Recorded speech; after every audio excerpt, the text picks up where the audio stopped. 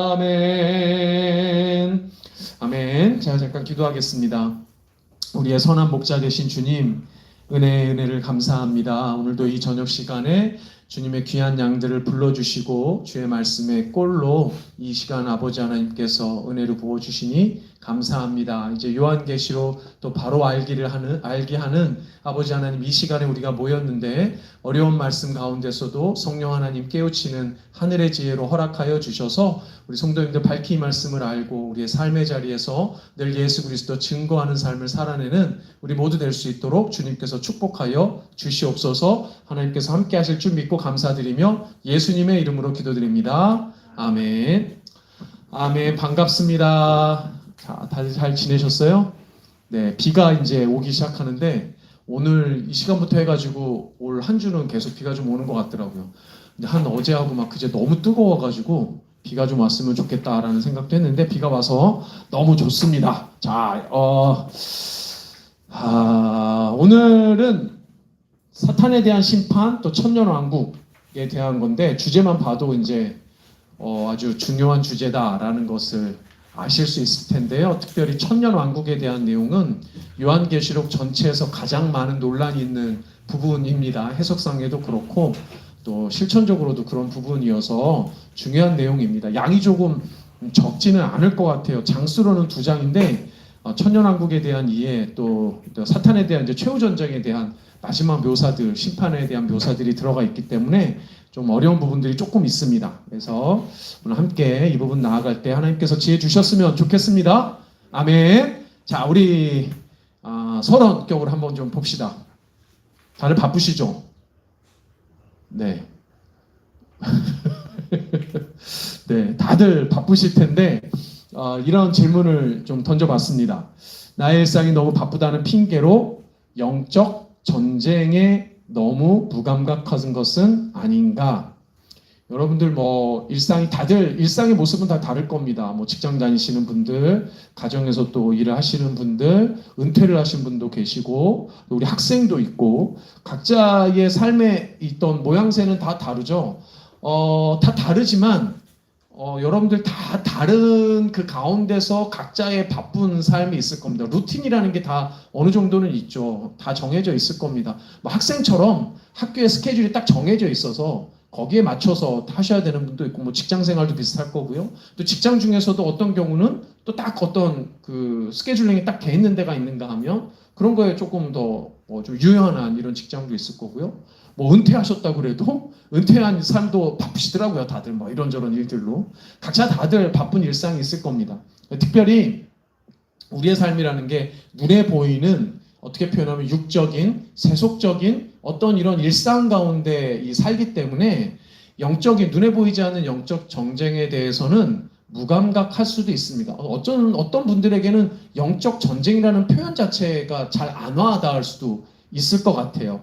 오늘 다루는 주제가 어떻게 표현하면 전쟁이라는 큰 주제 아래에 또 있다고도 생각할 수가 있는데 몇 가지 너무 이렇게 성경의 말씀이 가지고 있는 어떤 특별히 요한계시록 가지고 있는 상징성의 어떤 표현 때문에 어떤 실천적으로 우리 삶에 이게 어떻게 오는지에 대해서는 좀 무감할 수 있거든요. 그래서 오늘은 최근 한 2-3주 강의에서 이제 생각할 문제 이런 거 안 했었는데 오늘 몇 가지를 좀 생각을 하면서 나아갔으면 좋겠습니다. 첫 번째는 지금 이 시대 요한계시록에 쓰여진 기원후 1세기, AD 1세기의 어떤 그 시대의 영적 상황이 아닌 지금 21세기를 살아가는 우리 이 시대의 영적 전쟁이라는 것이 무엇을 의미하는지에 대해서 좀 고민해 봤으면 좋겠고요. 그리고 우리는 각자 개인의 삶에서 얼마나 적절하게 영적 전쟁을 잘 치르고 있는지, 영적 전쟁이라는 게 나한테 어떤 의미인지, 그리고 영적 전쟁에서 가장 효과적인, 사실은 가장 효과적이라는 말 표현보다는 유의한 무기가 되는 말씀과 기도가 내 바쁜 삶의 방식에 망각되고 있는 것은 아닌지 혹은 어떻게 실천되어지고 있는지를 좀 돌아보았으면 좋겠습니다. 이런 문제의식들을 좀 가지고 오늘 내용들을 보면 좋을 것 같아요.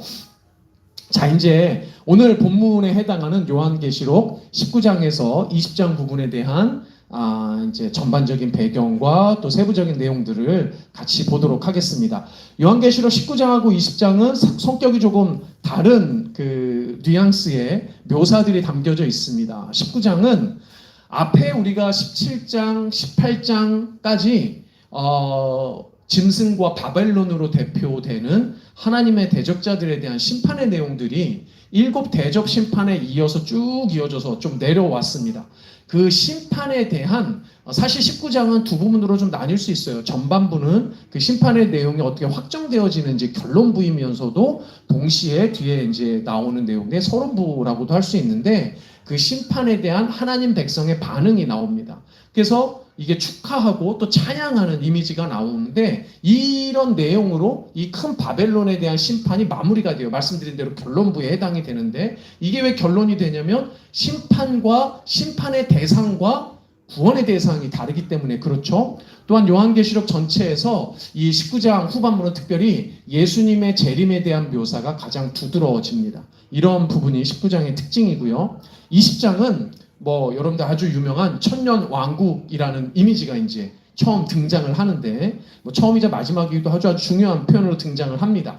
이 천년 왕국이 무엇이고 이 천년 왕국의 기사와 더불어 사탄이 어떻게 최종적으로 패배당하고 심판당하는지가 이제 그려지는데요. 이 사건들은 사실은 요한계시록 앞부분에서 여러 차례 다른 관점으로 묘사가 되어졌습니다. 자, 그런데 어쨌든 그 환상들이 담고 있는 모든 이미지는 최종적으로 승리하고 안식하는 하나님의 백성에 대한 모습이고 또 그 하나님의 백성의 최종적인 승리를 그리고 있는 심판과 전투, 전쟁에 대한 최종적이고도 완성적인 환상이 그려지고 있습니다. 그러니까 요컨대 앞부분에 나왔던 내용들인데도 이게 반복되어지고 있다라고 보시면 돼요. 20장에서는. 근데 그게 어떤 식으로 반복되어지고 있는지가 중요합니다. 그리고 왜 이런 식으로 반복되는지도 물론 중요하겠죠. 그런 부분들을 이제 포인트로 여러분들이 보시면 될 것 같아요. 자, 첫 번째 포인트는 바벨론의 멸망입니다. 기억나신다면 앞에 이제 이어지는 앞에 이미 17장, 18장에서도 바벨론에 대한 멸망, 짐승과 바벨론에 대한 전투와 멸망에 대한 스토리가 이제 계속 나왔었는데 그 결말 부분이 이제 등장을 합니다. 근데 결말에 대한 내용이 사뭇 좀 다릅니다. 이렇게 결론 지어지는 대표적인 구절이 1, 2절에 나오는데요. 할렐루야 구원과 영광과 능력이 우리 하나님께 있도다. 그쵸? 찬양으로 시작하죠. 그의 심판은 참되고 의로운지라 음행으로 땅을 더럽게 한 큰 음녀를 심판하사 자기 종들의 피를 그 음녀의 손에 갚으셨도다. 심판의 내용인데 이 마지막이 찬양으로 이제 연결되고 있다는 것을 보실 수가 있습니다. 그래서 이 바벨론의 멸망의 최종적인 결론의 모습에 두드러진 심상이 사실은 찬양이에요. 그래서 여호와를 찬양하라가 가장 두드러진 심상입니다. 가장 두드러진 이미지인데 반복해서 큰 바벨론의 멸망이 그려집니다. 반복해서 그려지는데 큰 바벨론의 심판 안에는 그들과 타협하여 이 땅의 번영, 희망, 안전을 누리던 이들도 함께 심판을 받죠. 이런 내용이 18장에서 그려졌단 말이에요. 기억나시죠? 자, 그런데 그 18장에서 일어난 대적들에 대한 심판에 대해서 요한계시록 19장은 하나님의 백성의 반응이 나타나는 거예요. 그 반응이 주로 찬양이죠. 그래서 이제 슬픔과 애도가 축하와 찬양으로 바뀌는 거예요. 그러니까 이제 이 19장의 이미지는 우리한테 아주 기쁨이 되는 이미지가 되겠죠? 이렇게 그려집니다. 할렐루야 하나님의 종들 곧 그를 경외하는 너희들아 작은 자나 큰 자나 다 우리 하나님께 찬송하라. 심판의 마지막이 그냥 멸망하고 죽고 막 이런 식으로만 끝나면 안 되는 거예요. 왜요? 다 멸망하고 다 죽는 게 아니잖아요. 승리하고 이기는 자들이 있단 말이에요. 승리하고 이기는 자들의 승리의 찬양과 개가가 사실은 진짜 결론인 겁니다. 우리에게 이게 주어지는 거니까. 그래서 여러분들 할렐루야라는 표현이 엄청 반복되게 나와요. 그 19장 1절에서 6절까지 할렐루야가 4번이나 나옵니다. 반복돼서 할렐루야 할렐루야 할렐루야 나오거든요. 할렐루야가 무슨 뜻일까요? 할렐루야. 한 번쯤은 들어보시지 않았을까? 할렐루야가 무슨 뜻이죠? 여기 답이 나와 있는데. 네, 할렐루야가 이거예요. 여호와를 찬양하라. 이게 할렐루야입니다. 이게 사실은 히브리어 원어 그 자체예요. 여기 보면 히브리어로 할렐루야가 됩니다. 원래는 여기서 이렇게 끊겨요. 그래서 할렐루야 야 이렇게 돼요. 할렐루가 찬양하다 이렇게 높이다 뭐 이런 말이고요. 야는 여호와 야훼 할 때 야로 이제 그 뭐죠? 여호와를 뜻합니다. 그러니까 사실 하나님이라는 하나님은 엘 뭐 이런 식으로 많이 히브리어에서는 번역될 때 엘이라는 표현을 하나님으로 주로 번역하고 여호와로 번역하는 것은 야훼라는 뭐 야훼, 야훼 정확한 발음을 모른다고 그래요. 여튼 그것의 줄임말이 야입니다. 그래서 그 성경 인물들 중에 야가 들어가는 사람 이게 야 이렇게 하는 게 아니고 야가 들어가는 인물들이 있죠? 누가 있을까요? 이사, 야, 그쵸? 이사, 야의 야도 마찬가지. 그러니까 이게 다 야라는 표현이 들어가면 이게 여호와를 뜻합니다. 그래서 할렐루야가 되는데 할렐루는 높이다, 막 빛나다 뭐 이런 표현입니다. 찬양하다 이런 단어고 하나님을 찬양하다 이렇게 되는 거죠. 이게 예배의 모습이란 말이에요. 근데 요 19장 1절에서 6절까지 할렐루야만 4번 반복해요. 4번. 그러니까 그만큼 마지막 그 심판의 최종적인 이미지가 성도들의 찬양으로 그려집니다. 사실 조금 더 또 볼 텐데 찬양을 넘어서 잔치로 그려져요. 잔치로. 자, 그러니까 이 하나님의 백성들이 이제 찬양한다면 하늘에서는 기뻐하는 이미지가 등장을 해요. 하나님의 백성의 찬양이 궁극적으로는 하늘, 곧 하나님의 기쁨이 됩니다. 그러니까 우리가 찬양하고 우리가 예배하는 것이 사실은 하나님께서 가장 좋아하시는 거예요. 예배가 너무너무 소중하고 중요한 거죠. 우리가 예배 드린다라고 표현할 때 우리가 예배 드림이 하나님께는 기쁨이 되는데 왜 그럴까? 왜 그게 하나님께 기쁨이 되는가? 사실 하나님이라는 존재가 하나님이라는 분이 영광받고 기뻐하시는 가장 두드러진 이유는 하나님 자신 때문에 그래요. 되게 좀 역설적인데 하나님 자신 때문에 그래요. 그래서 이런 표현 때문에 그렇습니다. 하나님의 통치, 하나님의 공의, 하나님의 통치하심, 하나님의 공의가 실천되는 것, 이런 것들이 찬양받는 거예요. 그러니까 우리가 예배하고 찬양하는 이유가 나의 무언가를 드러내는 게 아니에요. 이 예배의 기본적인 모습. 예배는 철저하게 하나님을 찬양하는데 하나님의 무엇을 찬양합니까? 하나님의 통치, 하나님이 다스리고 계심, 하나님의 주권, 왕 되신 하나님, 뭐 이런 거예요. 이런 거. 하나님이 하나님 되게 함이 하나님께 가장 기쁨되는 거예요. 아이고 저 녀석이 내가 아버지인 걸 아는구나. 내 백성은 내가 자기들의 왕인 걸 아는구나. 하나님이 하나님 되심을 그대로 찬양하고 높여드릴 때 그게 가장 좋은 예배이고 그 예배로 인해 하나님이 기뻐하시는 거예요. 그런데 그 부분이 이제 또 왜 하나님이 기뻐하시냐면 우리를 위한 이유가 하나 있는데 그게 뭐냐면 하나님의 택한 백성, 이제 오늘 보면 아내라는 표현이 나와요. 이제 신부죠. 하나님의 백성이 옳은 행실로 옷 입게 되었어요. 이 옳은 행실이 무슨 뜻인지는 이제 조금 이따가 또 나오는데 쉽게 얘기하면 하나님으로 인해 우리가 칭찬받는 상을 받는 게 옳은 행실인데 그 옳은 행실로 옷 입게 됐어요. 우리의 백성이 하나님의 백성답게 됐어요. 이게 되게 중요한 거란 말이죠. 하나님이 하나님 되게 하는 됨을 인정하는 하나님의 백성이 가장 하나님의 백성다움이에요. 하나님이 하나님의 백성다웁게 될 때 하나님이 제일 기뻐하시는 거죠. 그래서 하늘에서 왜 하나님이 기뻐하시는지에 대한 이유를 알면 사실은 우리가 찬양하는 거, 예배하는 거, 그러니까 우리가 뭐 찬양 시간에 찬양하는 것만 좁게 보면 그게 찬양이지만 사실 우리의 예배가 다 하나님께는 하나님 기뻐하시는 예배가 그 찬양이 되는 겁니다. 예배라는 주제에 대해서 언제 또 뭐 설교 중에도 다룰 때가 있겠지만 아주 그래서 중요한 거죠. 자, 그리스도의 재림이 두 번째 포인트입니다. 말씀드린 대로 19장 이제 하반부, 중반 이후의 하반부는 그리스도의 재림에 대해서 성경에 대해서 가장 잘 묘사하고 있는 부분 중에 하나인데 이 묘사조차도 사실은 좀 상징적으로 표현이 되어져 있기 때문에 우리가 조금 자세하게 들여다볼 필요가 있습니다. 재림하시는 예수님에 대한 묘사가 요한계시록 19장 후반에 담겨져 있습니다. 하늘이 열리죠. 백마를 타고 계시는 예수님이 등장을 해요. 근데 이 백마를 타고 계시는 예수님에 대해서 이 성경의 이 요한계시록 후반부에서 세 가지 이름을 부여합니다. 그 이름이 중요하죠. 첫째 이름은 충신과 진실이라는 이름이고 하나님의 말씀이라는 이름이고 만왕의 왕이요 만주의 주라는 이름이에요. 이런 이름들로 묘사가 되더란 말이죠. 그럼 이게 각각이 무슨 뜻이고 무슨 의미가 있길래 재림하시는 예수님을 이렇게 묘사를 할까? 이게 중요하죠. 첫 번째, 충신과 진실. 11절에 보면 그 이름은 충신과 진실이라 그가 공의로 심판하며 싸우더라. 여기서 충신은 피스토스라는 단어인데 우리가 보통 믿음이라고 번역하는 단어입니다. 이걸 충신이라고 했는데 사실은 그러니까 피스토스라는 단어가 진짜 의미하는 것은 믿음인데 그 믿음이 단순한 믿음뿐만 아니라 충성의 의미도 포함되어져 있어요. 그러니까 신실함과 충성됨의 의미가 충신에 들어가 있는데 하나님이 약속을 반드시 이루시는 분이라는 걸 먼저 나타냅니다. 이게 충신에 담겨져 있는 거예요. 그러니까 예수님이 땅에 재림하시는 건 무엇의 이 성취예요? 하나님의 약속대로 오시는 예수님. 그게 성취된다는 걸 의미하죠.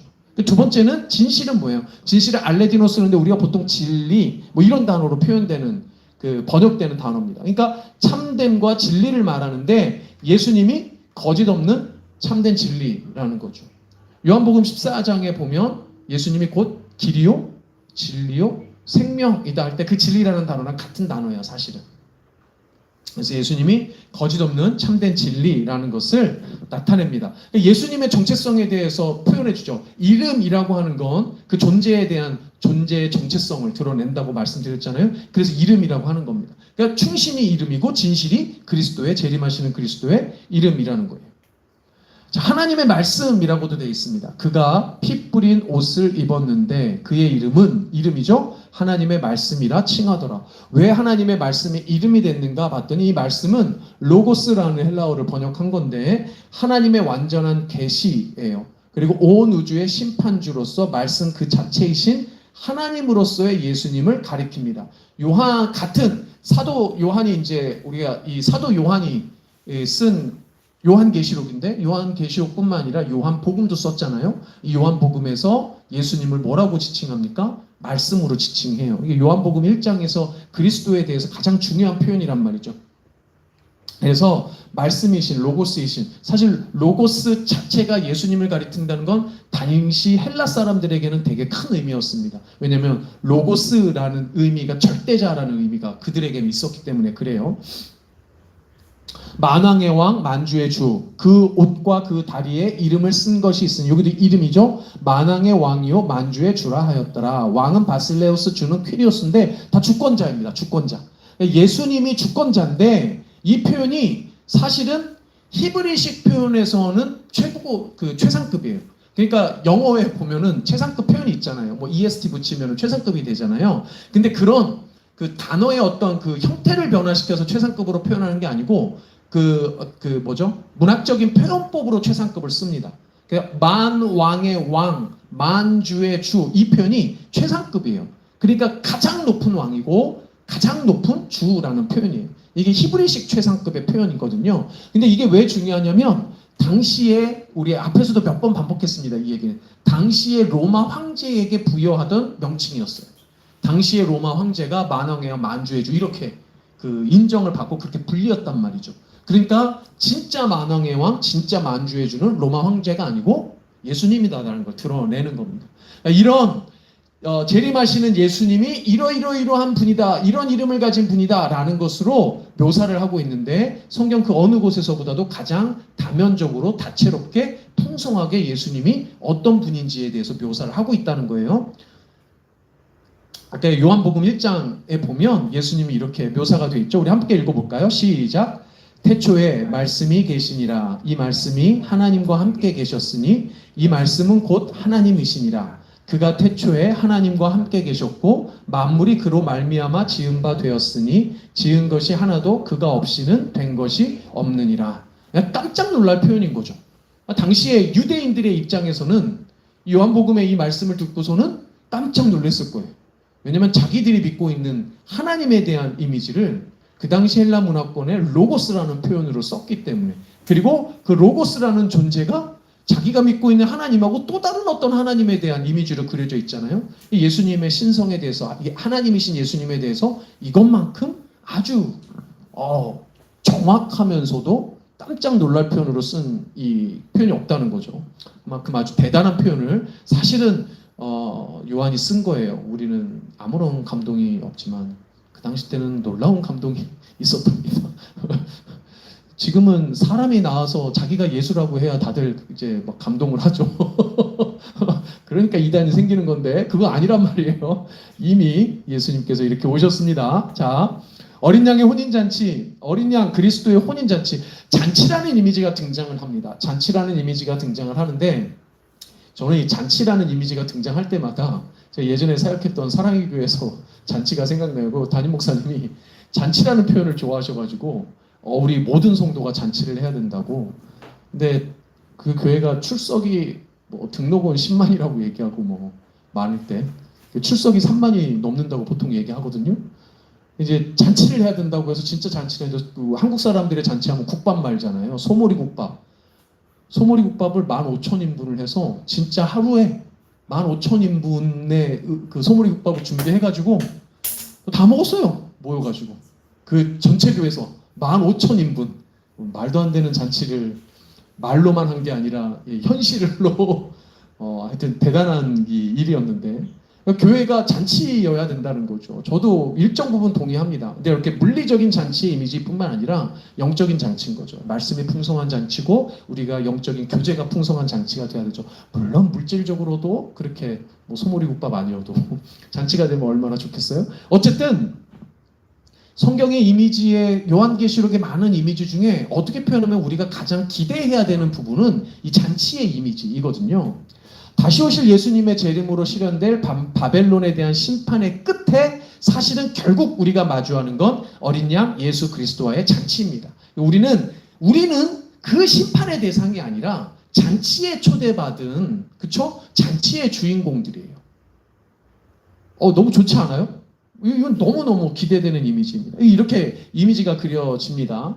천사가 내게 말하기를 기록하라. 어린 양의 혼인잔치에 청함을 받은 자들은 복이 있도다 하고 또 내게 말하되 이것은 하나님의 참되신 말씀이라 하기로. 사실은 잔치 중에 제일 큰 잔치로 사실은 성경이 그리는 건 혼인잔치예요. 왜냐하면 그리스도가 우리의 신랑 되시고 교회인 우리는 그분의 신부다라는 비유적인 묘사 때문에도 그런데 사실은 결혼하신 분들은 알겠지만 평생에 겪는 여러 잔치들 중에 딱 1회 그쵸? 그리고 가장 절대적인 잔치는 혼인잔치라고 할 수 있습니다. 저희 결혼할 때 예식장도 아니죠. 우린 저희 뭐예요 그거 구에서 운영하는 뭐 문화센터 같은 거에서 했는데 사람이 너무 많이 와가지고 밥이 모자랐어요.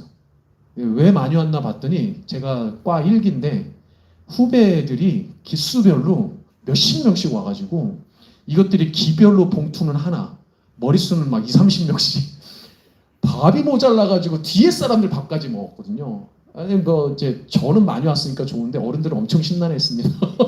밥값 엄청 나갔는데 이것들이 봉투는 하나씩만 들고 와서 자 그런데 이게 문제가 아니고 사람이 많으니까 너무 좋은 거예요. 그쵸? 혼인잔치의 특징이잖아요. 이거 돈이 어쩌다 이런 게 중요한 게 아니고 많은 사람들이 와서 기뻐하는 잔치고 혼인잔치란 말이죠. 이 어린 양의 혼인잔치를 이렇게 그려놨습니다. 그래서 이건 잔치가 큰 잔치예요. 이게 중요한 표현입니다. 19장 17절 18절에서는 이렇게 묘사합니다. 또 내가 보니 한 천사가 태양 안에 서서 공중에 나는 모든 새를 향하여 큰 음성으로 외쳐 이르되 와서 하나님의 큰 잔치에 모여. 뒤에 이미지는 되게 살벌합니다. 살벌해요. 이 새들이 와서 뭘 하느냐? 살을 다 쪼아먹어요. 되게 살벌한 이미지로 그려지기는 합니다만 어쨌든 잔치의 이미지에 초대가 된다는 거예요. 사실 이 말씀들은 요한계시록 19장 20장의 많은 이미지들이 에스겔서 39장 전후에 있는 곡과 마곡에 대한 심판에 대한 이미지를 그대로 거의 많이 따왔어요. 말씀드린 대로 계속 반복해서 요한계시록의 많은 이미지들, 많은 상징적인 비유들은 구약의 이미지들을 많이 끌어왔거든요. 그래서 상호 간에 보완적인 해석을 하는 게 대단히 중요합니다. 성경 안에서 성경으로 풀어야 되는 게 대단히 중요하단 말이죠. 에스겔서 39장에 이런 이미지가 그려져 있어요. 내가 너희를 위하여 예비한 잔치의 기름을 너희가 배불리 먹으며 그 피를 취하도록 마시되 내 상에서 말과 기병과 용사와 모든 군사를 배부르게 먹일지니라 하라. 주 여호와의 말씀이니라. 잔치의 이미지로 그려지죠. 전쟁의 끝에 승리한 군사들의 잔치예요. 이게 지금 요한계시록 19장에서도 이미지를 따가지고 온 잔치의 이미지란 말이죠. 중요합니다. 자, 여러분들 예수님의 재림하면 가장 궁금해하는 게 예수님의 재림은 과연 언제 있을 것인가? 곧 급하게 올 것처럼 묘사를 하셨는데 사실 재림에 대한 가장 중요한 특징은 재림의 모호성이에요. 어떤 모호성이냐? 재림이 확정적인 것 같은데 불확정적인 것처럼 등장한단 말이죠. 재림이 확정적이라는 것은 재림이 반드시 있을 거라는 게 확정적인 거예요. 재림의 시기는 우리가 몰라요. 이게 불확정적인 거예요. 그런데 분명히 있을 거예요. 예수님이 분명히 재림해서 오실 거예요. 그러니까 재림은 분명한데 시기는 하나님 아버지만 아세요. 우리 주님인 예수님이 나도 모른다고 그랬어요. 나도 몰라 내가 언제 파견. 군인이랑 똑같죠. 군인이랑. 이게 계속 군대 이미지거든요. 군인은 어디로 파송받을지 언제 파송받을지 몰라요. 명령이 떨어질 때까지. 이거는 하나님 아버지만 아세요. 그런데 이거 확정적인 게 오신다는 거. 불확정적인 뭐냐? 언제 올지 이걸 예상치 못한 때라는 거죠. 이게 불확정성. 마가복음 13장 32절에 보니까 그러나 그날과 그때는 아무도 몰라요. 예수님도 모른다고 그랬어요. 하늘에 있는 천사들도 모르고 아들인 예수님도 모르고 아버지만 아십니다. 그런데 분명히 있을 거예요. 분명히 있는데 언제 있느냐? 시기에 대해서 예수님이 딱 한 가지만 얘기하셨어요. 언제 몇 날 몇 시 이건 모르지만 아주 가까이 와 있어요. 이게 좀 그렇죠. 가까이라는 표현이 우리의 가까이와 예수님의 가까이가 조금 뉘앙스가 다를 수는 있다는 거죠. 그러니까 정확한 시기는 그러나 곧 오신다는 거. 그래서 임박성과 지연성이라는 특징도 있는데 로마서에 보면 밤이 깊고 낮이 가까웠으니 그러므로 우리가 어두움의 일을 벗고 빛의 갑옷을 입자. 낮이라는 이미지는 예수님이 오실 때랑 빛으로 오신다라고 봤을 때 가까웠다는 거예요. 자, 근데 베드로전 4장 7절에 보니까 만물의 마지막이 가까웠으니 그러므로 너희는 정신을 차리고 근신하여 기도하라. 가까웠다고 돼 있어요. 마지막. 그런데 우리의 입장에서는 그 가까우면 오늘인가 내일인가 했는데 그렇게는 가깝지 않다는 거예요. 그런 의미의 가까움은 아닐 수도 있다는 거죠. 하루나 이틀이 아닌. 그런데 곧 온다는 거죠.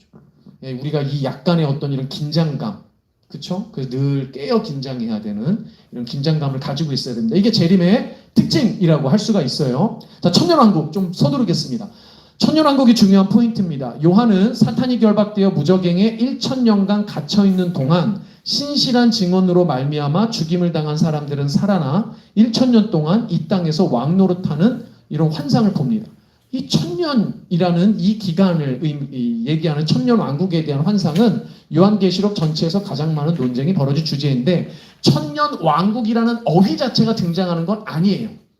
근데 왜 천년왕국이라고 하는가? 1000년 동안 왕노릇한다라는 그런 그 어휘에서 천년왕국이라는 단어가 왔습니다. 자, 중요한 건 이 천년왕국을 어떻게 해석하느냐에 따라 요한계시록의 타임 테이블이 바뀌어버려요. 많은 이 요한계시록의 해석사항의 여러 차이들 중에 많은 오해를 불러일으키는 이유가 이 천년을 어떻게 해석하느냐 때문입니다. 이 부분에 대해서 우리가 주로 참고하고 있는 알렉산더 스튜어트는 이렇게 말합니다. 요한계시를 더 많이 공부할수록 천년왕국의 환상이 예수의 초림과 재림 사이에 안식하는 신자들의 중간 상태를 묘사하고 있다고 확신하게 되었다. 자, 예수의 초림, 이미 2000년 전에 초림이 있었죠? 예수님의 초림과 재림 사이가 1000년이라는 거예요. 그리고 이 기간은 안식하는 신자들의 중간 상태를 묘사한다라고 되어 있습니다. 이게 어떤 의미인지 조금 더 다시 보겠습니다. 요한계시록 전체의 환상은 분쟁과 심판의 장면과 하나님 백성이 승리하고 중간 상태에서 안식하는 장면을 번갈아가며 보여준다. 지금 사실은 계속 반복해서 보여줬다는 거예요. 계속 반복해서 하나님과 예수 그리스도와 어린 양의 편과 용과 짐승과 바벨론으로 대표되는 대적들의 편 사이의 분쟁과 심판, 그리고 심판 이후에 벌어지는 승리와 안식의 장면이 계속 교차로 보여줬거든요, 지금까지. 근데 이것들이 다 중간 상태를 의미하는데 요한계시록에서 이런 중간 상태에 대한 환상은 하나님과 함께 하늘에 있는 신자들의 중간 상태, 그리고 부활과 최종 심판 이후에 지상에서 이들의 영원한 통치에 대한 내용을 담고 있습니다. 자, 이게 나중엔 결국은 흔히 이야기하는 무천년설을 지지하는 내용들입니다.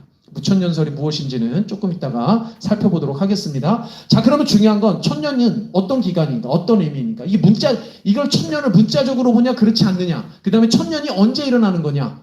재림을 기준으로. 이게 아주 중요합니다. 자, 요한계시록의 숫자는 여러분들 잘 알고 있는 것처럼 매우 일관적으로 문자적이 아닙니다. 상징적인 의미예요. 그리고 일부 해석가가 이 천년을 뭐라고 이해하냐면 이스라엘이죠. 그러니까 지금의 이스라엘이고 유대인들인데 그들의 땅을 회복하는 약속이 이행되기 위해서 문자적 천년이 필요하다고 말하는 사람들이 있어요. 그런데 이런 문자적 천년, 이게 세대주의자들이라고 보통 이야기를 하는데 이 천년을 문자적으로 특별히 유대인들, 물리적인 혈통적인 유대인들을 위한 기간으로서 해석하는 이런 입장이 제법 있습니다. 아직도 그런 얘기해요. 예를 들어서 그래서 많이 얘기하는 게 뭐 백투 더 예루살렘 뭐 이런 운동, 이거 대부분 약간 이런 그 라인에서 다 나온 이야기들인데 매우 그럴 가능성이 낮단 말이에요. 왜냐? 첫 번째는 천년왕국이라는 환상 자체 20장 특별히 20장을 보면 유대 민족의 초점을 맞추고 있다라는 그런 내용에 이런 암시하는 내용이 없어요. 유대 민족, 여기서 나오는 민족이 그런 민족이 아니거든요. 그리고 오히려 이 부분은 다 증언으로 말미암아 죽임을 당하는 모든 하나님의 백성의 초점을 맞추고 있어요. 두 번째는 요한이 이스라엘의 회복에 대한 구약 성경 구절을 이제 그러니까 그 암시를 하거나, 그러니까 그 직접 암시를 하거나 간접 인용을 할 때 현재 하나님의 백성에게 적용을 해요. 그리고 마지막에 보면 21장, 22장 아직 안 될 다음 주에 보면 이 부분들은 대부분 하나님의 새 창조에서 누리는 부활 생명에 적용돼요. 그러니까 물리적 유대인이 아니란 말이죠. 세 번째는 요한은 이스라엘 민족에 대한 구약 성경의 약속이 성취되는 것을 설명하기 위해 천년 왕국에 대한 이런 이미지를 사용하지 않습니다. 그러니까 말씀드린 대로 에스겔이라든지 이사야라든지 우리가 지금 보면 여러 스가랴라든지 구약의 많은 예언서들의 어떤 부분들 상징과 이미지를 들었을 때 사실은 구약의 선지자들이 역사적 이스라엘에 대한 어떤 여러 가지들을 쓴단 말이에요. 그런데 그거는 구약의 선지자들이 역사적 이스라엘에 대한 이미지로 그린 것을 상징적으로 들어왔지 물리적으로 진짜 그 시대에, 그러니까 신약 시대, 요한의 시대에 이스라엘을 의미한 게 아니란 말이죠. 무슨 말인지 이해되세요? 그러니까 이걸 구별할 수 있어야 된다는 거예요. 그러니까 결국은 그런 의미로 이스라엘이 물론 그래서 지금 현재 이스라엘이 막 땅을 수복하고 이럴 때 막 얘기 많았단 말이에요. 이런 것들 때문에. 그런데 그런 것이 이 천년 왕국의 어떤 기간적인 의미나 그 요한계시록에서 그리고 있는 어떤 부분에 대해서 직접적인 인용으로 쓰이기는 조금 어렵다라고 이해하시면 오히려 더 정확하다는 겁니다. 자, 그러면 왜 이 천년이라는 것이 본문에 드러나 있는지, 천년을 어떻게 보면 좋은지에 대해서 흔히는 크게는 세 가지로 나뉘어요. 전천년설과 후천년설, 그 다음에 무천년설로 나뉩니다. 그런데 이 전천년설이 좀 복잡해져요.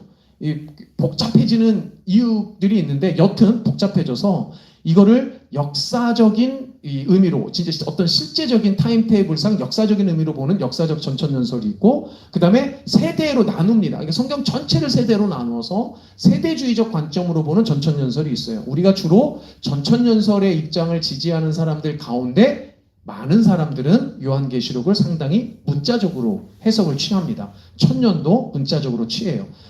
후천년설은 지금은 대부분의 후천년설은 많이 사라졌습니다. 이유가 있는데 말씀을 드릴 거고요. 그 다음에 무천년설 주의자들이 있습니다. 자, 각자의 입장에 대해서 뭐가 옳고 그름 이전에 각자의 입장이 어떤 건지를 좀 살펴보겠습니다. 자, 이 부분은 철저하게 저희 교리 아카데미 할 때 나온 부분을 거의 그대로 따왔어요. 왜냐하면 저희 성도님들이 한 고리로 배워야 되기 때문에 이 부분이 헷갈릴 수 있거든요. 그래서 같은 맥락에서 설명을 해드리겠습니다. 자, 전천년설 중에 역사적 전천년설이 있어요. 역사적 전천년설에 이 천년을 여기 보실까요? 전천년, 후천년 이 말이 어떻게 왜 나왔냐면 천년이라는 이 기간을 기준으로 재림이 이게 중요합니다. 예수님의 재림이 천년 전에 예수님이 재림하시면 전천년설이에요. 예수님이 천년 지난 이후에 재림하시면 후천년설이에요. 그러니까 이게 말이 헷갈리실 수 있습니다. 전이다 후다라고 나누는 기준이 재림이에요. 재림. 예수님의 재림이 언제 있을 거냐예요. 1000년 전에 예수님이 재림하시는 설이면 전천년설이고 1000년 후에 예수님이 재림하시면 후천년이 되는 거죠. 그러니까 전천년설은 예수님의 재림이 1000년 전에 있는 거예요. 그러니까 이제 예수님 아직 재림 안 하셨잖아요. 재림하신 다음에 천년왕국이 온다는 거예요. 이게 전천년설 주의자들입니다. 자, 천년왕국이 오기 전에 주님께서 재림하시는 거예요. 이 천년을 문자적으로 보통 해석을 합니다. 그리고 이 기간 동안, 이 천년의 기간 동안 성도들이 재림하신 예수님과 함께 지상에서 왕노릇한다라는 주장이에요. 그러니까 이 지상은 어떤 지상이에요? 새 창조가 일어나기 전의 지상이니까 지금 지상을 의미하는 거죠. 그렇죠? 그러니까 대충 과정이 좀 있는데 대환난이 있습니다. 이 대환난이 역사주의와 세대주의를 나누는 큰 기준이 되는데 대환난이 있어요. 예수님이 부활 승천하신 이후에 대환난이 있고 대환난 끝에 예수님이 재림하십니다. 재림하시면 첫 부활과 휴거가 있어요. 첫 부활과 휴거는 성도들의 부활과 휴거를 의미합니다. 그 다음에 천년왕국이 있어요. 재림 이제 후에, 그러니까 1000년 전에 재림하신 거죠. 천년왕국이 있고 천년왕국의 끝에 둘째 부활과 최후 심판이 있습니다. 그리고 새 하늘과 새 땅이 오는 거죠. 이런 게 전천년설의 역사적 전천년설인데 요것만 갖고 이해하시기가 힘들어서 표를 좀 준비를 해왔습니다. 표를 일관되게 보실 텐데 중요합니다. 여기서 보면 왜 이게 전천년설이냐? 1000년 전에 재림하시기 때문에 전천년설이에요. 예수님이 부활하시죠. 첫 번째 초림이죠. 여기가 초림과 부활이죠. 사실은 지금 우리가 어디를 살고 있냐면 이 시기를 살고 있는 거예요. 교회 시대입니다. 그런데 이 교회 시대의 끝이 예수님의 재림인데 재림 이전에 뭐가 있냐면 대환난의 기간이 있어요. 그 사실 역사적 전천년주의하고 세대주의적 전천년주의하고 큰 차이는 대환난을 언제로 볼 거냐예요. 그리고 대환난이 물리적인 7년이냐 아니냐를 중요하게 생각합니다. 역사적 전천년설은 대환난의 기간이 물리적으로 7년이 아닐 수도 있어요. 그러나 재림 이전에 있어요. 예수님이 재림하시면 사단들이 자기의 세력을 다시 모으는 거죠. 그리고 첫 부활이 있습니다. 그리고 천년왕국이 있어요. 천년왕국이 있고 천년왕국 끝에 사단이 놓였다가 멸망해요. 그러니까 최종 전쟁이 이때 있어요. 최종 전쟁. 그리고 이때 현 세상이 멸망하는 겁니다. 둘째 부활, 최후 심판. 우리가 흔히 알고 있는 종말이 이때예요. 이때. 그러니까. 그리고 새 하늘과 새 땅인 겁니다. 이게 역사적 전천년설자들이 이해하고 있는 해석이고요. 천년을 중심으로. 자, 그럼 세대주의적 전천년설은 뭐냐? 천년왕국 전에 그리스도께서 재림하시는 건 똑같아요. 그런데 재림이 한 번이 아니라 두 번 이루어져요. 재림이 공중재림이 있어요. 예수님이 재림을 하시는데 어디에도 없는 이런 그 구름으로 오신다는 표현을 갖고 공중의 어디선가의 물리적인 장소에 재림해 계세요. 그리고 땅으로 안 내려오세요. 이 공중재림의 첫 번째 부활이 일어나서 선택받은 무리들이 공중으로 휴거해요. 그래서 거기서 만나요. 그게 이제 이 세대주의적 전천년설의 아주 독특한 특징입니다. 그 다음에 거기에 있다가 지상재림을 하는 거예요. 이렇게 벌써 일어나고 여기도 역시 천년을 문자적으로 해석하고 천년왕국 동안에 일어나는 모든 일은 역사적 전천년설과 동일하지만 부활이 3번 일어나요. 왜 그런지를 보겠습니다. 그리스도께서 공중재림하시죠? 공중재림할 때 성도들은 휴거를 해요. 공중에서 서로 만나서 잔치를 해요. 그리고 7년 동안 대환난이 있어요. 대환난이라는 기간 앞에 이런 일이 벌어지는 거예요. 그리고 7년 동안 대환난하고 지상에서는 난리가 나는 거죠. 난리가 나는 이 기간을 겪은 이후에 그리스도께서 이 공중재림에 있다가 거기서 머물러 있다가 이제 지상재림을 그제서야 합니다. 그 지상재림을 한 이후에 자기들의 백성과 함께 1000년 동안 왕국으로 이제 있는 거죠. 그리고 그 1000년 이후에 최후 심판, 새 하늘과 새 땅 이렇게 이어지는 겁니다. 자, 차이가 뭐냐? 이런 차이의 역사적 전천년설과 이 부분이 있는 거예요. 아까 전에 역사적 전천년설은 이 부분이 없고 대환난이죠. 그런데 세대주의적 전천년설은 이 대환난이라는 기간 이전에 공중재림과 휴거를 하는 게 하나 붙어 있어요. 그리고 대환난을 보통 7년으로 물리적으로 보여. 왜? 한때, 두때, 반때잖아요. 한때, 두때, 반때가 3년 반이죠. 그게 요한계시록에 보면 2번 반복해서 나온단 말이에요. 그걸 합해갖고 7년이라고 보는 거죠. 그 7년이 이 기간이에요. 그러니까 한때, 두때, 반때를 상징적으로 해석하지 않고 문자적으로 해석하고, 천년도 상징적이 아니라 문자적으로 해석하는 거예요. 그리고 지상으로 이제 여기 공중에서 만났던 무리들이 함께 지상으로 예수님과 내려오는 거예요. 그리고 천년 동안 있고, 현 세상에 멸망하고 뭐 이렇게 가는 겁니다. 분명히 탁탁탁탁 뭐가 맞는 것 같죠? 근데 성경적인 근거는 되게 빈약한 거예요. 좀 이따 다시 한번 보겠습니다. 부활이 왜 3번이냐? 1번, 2번, 3번 일어나요. 그래서 3번 부활인 겁니다. 이게 세대주의적 전천년설인데, 이것도 역시 중요한 특징은 대환난 7년으로 보고 있는 거고, 1000년 전에 어쨌든 재림하기 때문에 전천년설에 들어가는 겁니다. 자, 후천년설. 후천년설은 예수님이 부활하신 이후에 성령의 시대, 교회의 시대는 또 성령의 시대잖아요. 이 성령의 사역과 복음의 확장을 통해서 의와 평화를 이루게 되는 천년 왕국 후에 주님께서 재림하세요. 그러니까 천년 왕국 후에 주님이 재림하시니 후천년설이 되는 거예요. 이게 중요한 특징이 있는데, 이게 뭐냐면 이 대환난 기간이라는 것이 어떤 기간이냐? 악은 계속 감소하고 결국은 선은 증가한다라는 컨셉을 가지고 있어요. 이 대환난이라는 기간에. 그리고 그리스도와 성도가 함께하는 지상 통치 기간이 여기는 따로 존재하지 않습니다. 그러니까 천년 왕국이 아주 상징적인 표현이 되는 거죠. 지금이라는 의미도 맞습니다. 왜냐하면 지금이 천년 왕국의 기간이니까. 그리고 천년 왕국 이후에 예수님이 재림하시고, 재림하셨을 때 죽은 자의 부활, 최후 심판, 새 하늘과 새 땅 이렇게 돼요. 표로 보면 아주 심플합니다. 아주 심플해요. 이렇게 이해하시는 분들도 있어요. 그래서 많이 사라졌지만, 이유는 왜냐? 복음의 확장, 이 기간이 지금 우리가 살아가는 기간이 이 기간이잖아요. 그리고 이 기간의 어둠의 인가가 1000년인데 이 1000년은 상징적인 기간인 거죠. 근데 이 어둠의 기간에 어떤 반드시 현상이 벌어져야 되냐면, 복음이 확장하면서 악은 감소하고 선은 증가해야 돼요. 자, 그런데 악은 감소하고 선은 증가하고 있나요? 그런 것 같지 않다라는 거예요. 그런 것 같지 않다라는 거예요.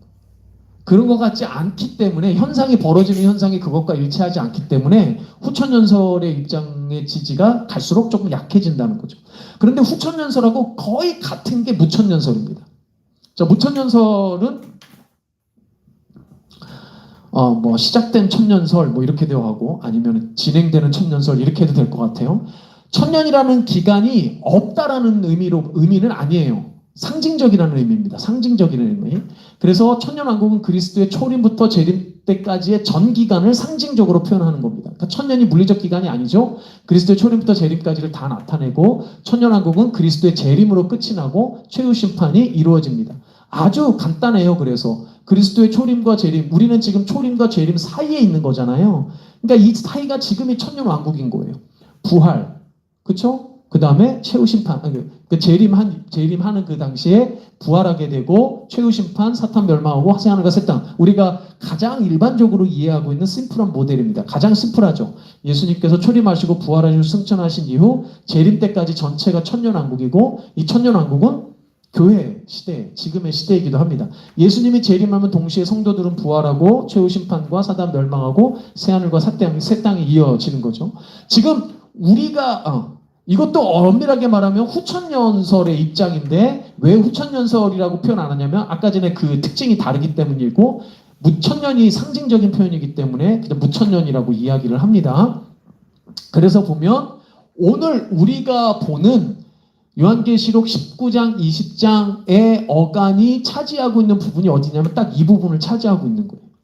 그쵸? 예수님의 재림이 19장에 그려지고, 그 다음에 사단이 멸망하고 잔치가 벌어지고 성도들에 대한 부활에 대한 이야기들이 오늘 다 나오거든요. 자, 그러면 전천연설, 두 가지 입장이 다른 역사적, 세대주의적 전천연설과 후천연설과 무천연설, 이 네 개 중에 어떤 게 성경과 제일 부합하느냐 이거죠. 결론적으로는 무천연설이 가장 부합하다는 게 우리가 주로 지금 사용하고 있는 메인 텍스트에서도 얘기하는 거고, 저도 마찬가지로 굳이 지지를 한다면 무천연설을 지지를 합니다. 그럼에도 불구하고 각자가 왜 그렇게 해석하는지에 대한 이유가 조금씩 있어요. 그런데 그런 이유들 중에 왜 가장 무천연설이 타당한지, 그리고 아직은 벌어지지 않은 일들이 있기 때문에 우리가 다 완벽하게 알 수는 없죠. 그러나 어떤 부분은 좀 지향돼야 되는 부분도 있어요. 그런 부분들을 조금 더 얘기를 나눠보겠습니다. 자, 중요한 건 이래요. 천년왕국에 대한 해석은 결국은 예수님의 재림과 최후 전투를 어떻게 이해하느냐에 따라 달라져요. 왜냐면 요한계시록에서 전투의 이미지가 반복돼서 나오거든요. 전투라는 건 대부분 어린 양의 전투인데 이 어린 양의 전투, 그리스도가 전투를 하는 이미지가 왜 반복돼서 나오냐는 말이죠.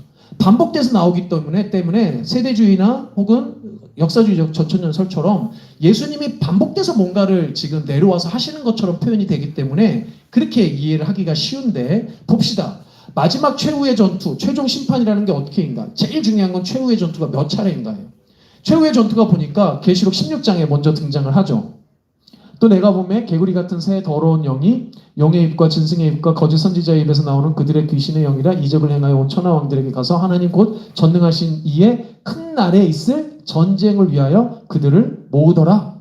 이미 16장에 전쟁이 나와요. 17장에도 보면 여기서 그들은 짐승과 열 왕인데 어린 양과 더불어 싸워요. 어린 양은 만주의 주시요 만왕의 왕이심으로 그들을 이기실 터이요 또 그와 함께 있는 자들 곧 부르심을 받고 택하심을 받은 진실한 자들도 이기리로다. 여기도 보면 더불어 싸운다, 이것도 전쟁이거든요. 19장에 보면 또 내가 보면 그 짐승과 땅의 인군들과 그들의 군대들이 모여 그 말탄 자와 그의 군대와 더불어 전쟁을 일으켜요. 전쟁을 일으키다가 짐승이 잡히죠. 거짓 선지자도 함께 잡혀요. 이는 짐승의 표를 받고 그의 우상에게 경배하던 자들을 표적으로 미혹하던 자라. 이 둘이 산채로 유황불 붙는 못에 던져지고 불못에 던져진다는 이미지가 나오죠. 19장에서 나오는 거예요, 이미. 그런데 20장에 또 나오거든요. 또 나온단 말이에요. 그러면 왜 반복해서 등장하냐 이거죠. 왜 반복해서. 이 세 번의 전투가 서로 다른 전투가 아닙니다. 세 번의 전투는 다 같은 전투, 같은 데 일어나는 전쟁에 대한 서로 다른 묘사. 그럼에도 유사점이 아주 많거든요. 아주 유사점이 많은 것을 드러내고 있기 때문에 같은 전투에 대한 서로 다른 양상이에요. 똑같죠. 예를 들어서 우리가 잘 알고 있는, 경험한 지는 오래됐지만 잘 알고 있는 한국전이다. 그러면 한국전에 대해서 딱 한 가지만 묘사가 돼요? 아니죠. 다양한 묘사가 이루어져요. 그거랑 비슷비슷한 거예요. 전쟁은 하나인데 그 하나의 전쟁에 다양한 묘사들이 있다는 겁니다. 세 번 반복되는 최후 전투 전쟁의 기록은 세 번에 걸쳐 재림하시는 예수님이 세 번에 걸쳐 싸우시는 게 아니에요. 어린 양이 계속 전투를 하는데 세 번 각각 공중에서 재림하고 지상으로 재림하고 또 최후 이런 식이 아니란 말이죠. 다 역사의 마지막에 한 번 재림하셔서 악을 최종적이고 영구적으로 제거하시고 결국은 그들 심판하시는 거죠. 자기 백성과 함께 승리하시는 단 한 번의 전쟁에 대한 서로 다른 묘사라고 이해하시는 게 가장 좋단 말이에요. 근데 자꾸 보면 어떤 시간적으로 뭔가 차이를 두는 것 같은 표현들이 있기 때문에 혼동스러운데 그 중에 하나가 어떤 표현이냐면 사탄이 잠깐 옥에서 무적행에서 풀려납니다. 이게 20장에 나오는 이미지거든요. 사탄이 풀려나요. 무적행에 던져 넣어 잠그고 그 위에 임봉하여 천년이 차도록 다시는 만국을 미혹하지 못하게 하였는데 그 후에는 반드시 잠깐 노이리라. 그래서 만국이라는 표현도 중요합니다. 만국은 하나님을 대적하는 무리들을 얘기하는 거예요. 그리고 하나님을 대적하는 무리들과 더불어 하나님을 믿지 않는 불신자들을 의미하는데 여튼 그 사탄이 그 후에는 천년 이후에 반드시 잠깐 노이리라. 왜 놓여야 되냔 말이죠. 천년 왕국 이후에 왜 놓여야 되느냐 말이죠. 자, 이제 단면적으로 봐야 되는데 순서대로 봅시다. 일단 앞선 20장에 앞선 17장 19장에서 전투는 모두가 다 짐승 또는 바벨론과 어린 양의 전투에 초점을 두고 있어요. 그런 전투의 모습으로 묘사를 하고 있는데 20장에서의 전투는 어린 양과 짐승이 아니라 하나님과 용이에요. 여기서 하나님은 성부 하나님이죠. 용은 그 우두머리인 사탄 얘기하는 거죠. 그러니까 말하자면 굳이 말하면 이쪽에서는 지금 어린 양과 짐승 바벨론과 막 싸우고 있는 거야. 한쪽에서는 또 하나님이 용과 싸우고 있는 이런 이미지로 그려진다. 실제로 그렇다라는 말보다는 그런 이미지로 그려진다는 거예요. 그런 전투로 그려지고 있어요. 자, 특히 근데 계시록 20장 1절 6절의 기록은 뒤에 있는 기록과 달리 17장 19장과 요한계시록 20장 7절 아까 말씀드린 대로 7절 이후에는 사탄이 옥에서 노이 후거든요. 그 기록과는 다른 특징이에요. 자, 천년의 기간, 천년 이전의 기간, 그 다음에 천년 이후의 기간으로 놓고 봤을 때 요한계시록 20장 1절에서 6절의 기록은 17장, 19장, 또 20장 7절 이후에서 기록하고 있는 전쟁과는 달라요. 뭔가 달라요. 그러니까 똑같은 전쟁이 아닌 거야, 지금. 요한계시록 20장 1절에서 6절의 기록은. 그럼 이건 뭐냐? 이 천년이 어떤 기간임을 고려해야 되냐면 그리스도의 부활 이후 재림까지의 상징적인 기간임을 고려해야 돼요. 이 기간이 천년이 이게 아닌 거죠. 자, 지금 우리의 그 해석의 순서로 논리로 보면 이때가 그리스도의 초림이란 말이에요. 그리고 사탄이 놓이는 건 이때예요. 사탄이 잠깐 놓여요. 놓인단 말이죠. 이때. 그리고 이때 사탄이 놓이고 최종 전쟁이 있어요. 그러면 이 최종 전쟁에 대한 묘사가 계시록 17장부터 19장 그리고 계시록 20장 후반부에 나오는 거예요.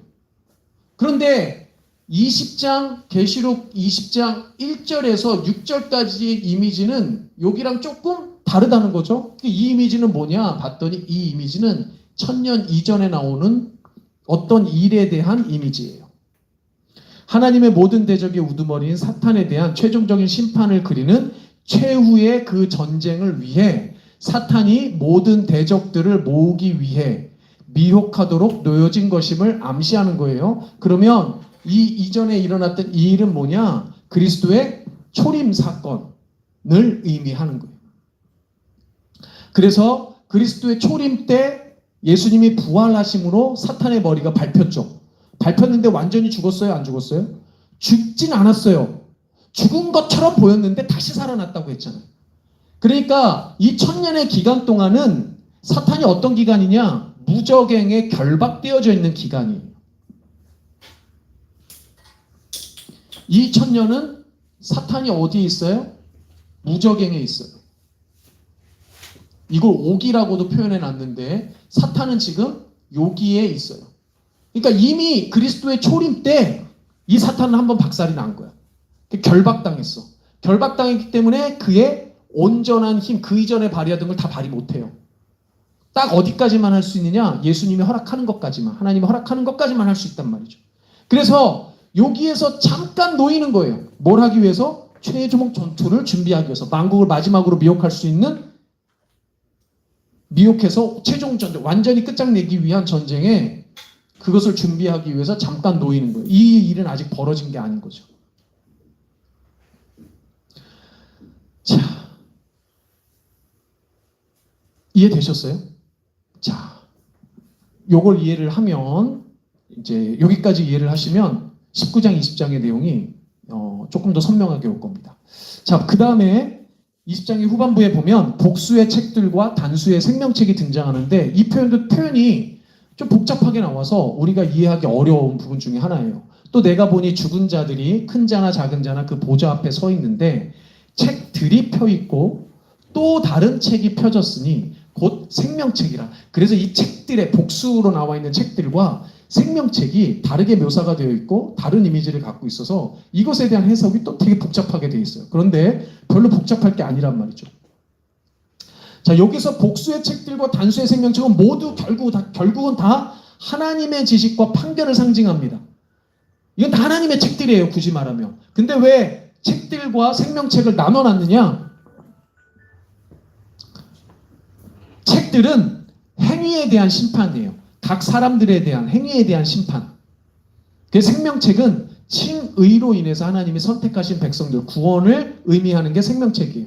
이게 서로 대립되죠. 하나는 행위에 대한, 책들은 행위에 대한 거고 생명책은 생명, 칭의를 받은 자, 구원받은 자들에 대한 이야기니까 대립되는 이미지를 가졌는데 이 두 책은 결국은 하나님 앞에 되게 될 사람, 각 사람이 처할 최종적 운명을 강조하기 위한 문학적 장치에 무슨 얘기냐면 너희들 하나님의 앞에 서면 너희들의 행위를 다 하나님 앞에 낱낱이 드러날 거야. 그런데 그 중에 생명책에 기록된 자들은 구원받을 거야. 이런 말이에요. 이게 대립되는 이미지 같지만 결국은 심판대 앞에 설 우리들에 대한 이야기예요. 그렇죠? 그래서 이런 식으로 이해하시면 됩니다. 요한은 쉽게 얘기하면 칭의와 성화, 행위라는 측면으로 봤을 때 성화죠. 이거를 서로 대립시키는 게 아니라는 거예요. 그러니까 어떤 개인의 입장에서 보면 칭의는 하나님이 강권적으로 우리를 선택하셔서 구원하신 자에게 의롭게 한 거잖아요. 성화는 물론 우리 안에 내주하신 성령으로 말미암아 우리가 성화되는 거지만 성화라는 것은 우리의 삶이 변화되는 거란 말이죠.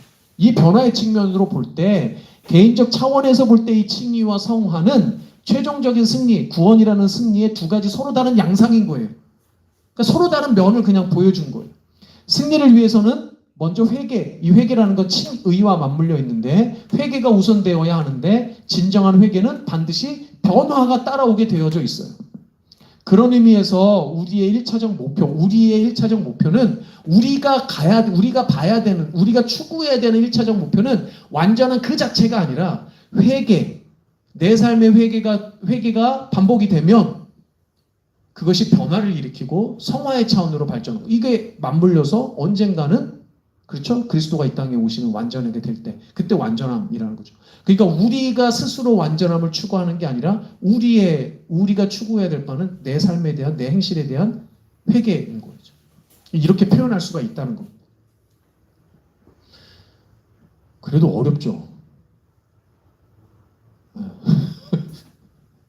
네, 칭의와 성화라는 표현이 원래 구원론 할 때 나오는데 교리 아카데미 들으신 분은 조금 더 이해가 되실 거지만 아니신 분들은 좀 어려울 수도 있어요. 근데 그냥 쉽게 생각하면 우리가 하나님으로 인해 우리 지난주에 복음에 대한 일에서 하나님의 은혜로 전적으로 구원받았지만 전적으로 구원받은 자들은 그들의 삶의 변화가 있어야 된다.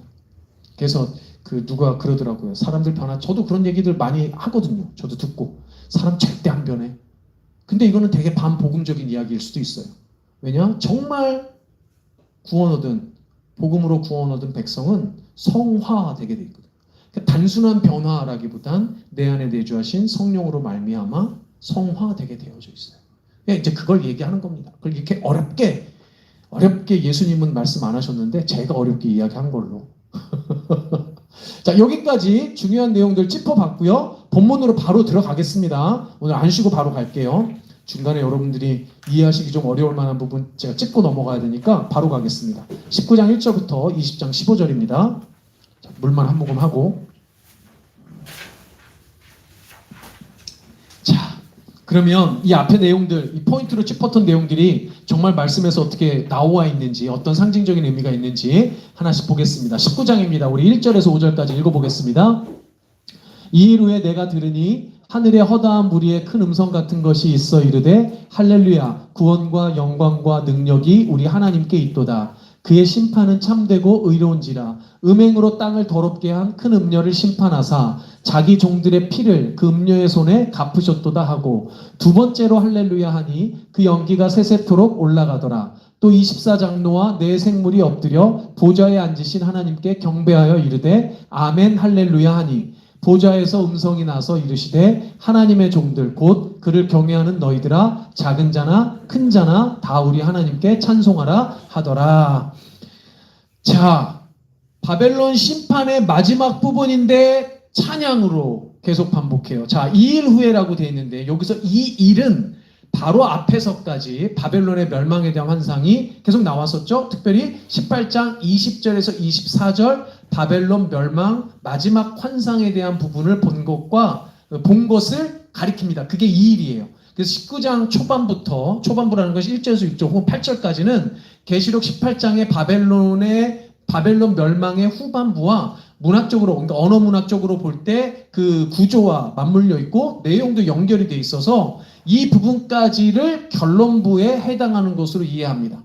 그러니까 바벨론 멸망의 결론부가 18장에서 끝이 아니고 19장 초반까지 이어진다는 거예요. 왜 그렇게 우리가 보는가 봤더니 할렐루야라는 표현이 아주 중요하다고 말씀드렸는데 여호와를 찬양하라라는 히브리어를 헬라어로 음역한 것이 말씀드렸었죠. 바벨론 멸망 환상의 마지막 부분 이 1절에서 6절까지가 4번이나 반복되어 등장하기 때문에 아주 중요한 이미지라는 걸 알 수 있어요. 그러니까 하나님의 최종 심판을 찬양하는 이미지예요. 이게 아주 중요한 건데 4절에서 보면 특별히 아멘 할렐루야라고 되어 있습니다. 4절에 보면 아멘 할렐루야라고 되어 있죠. 이거는 시편 106편 48절에 아멘 할렐루야라는 표현이 성경에 생각보다 잘 안 나와요. 이게 붙어갖고 아멘 할렐루야라고 하는 부분이.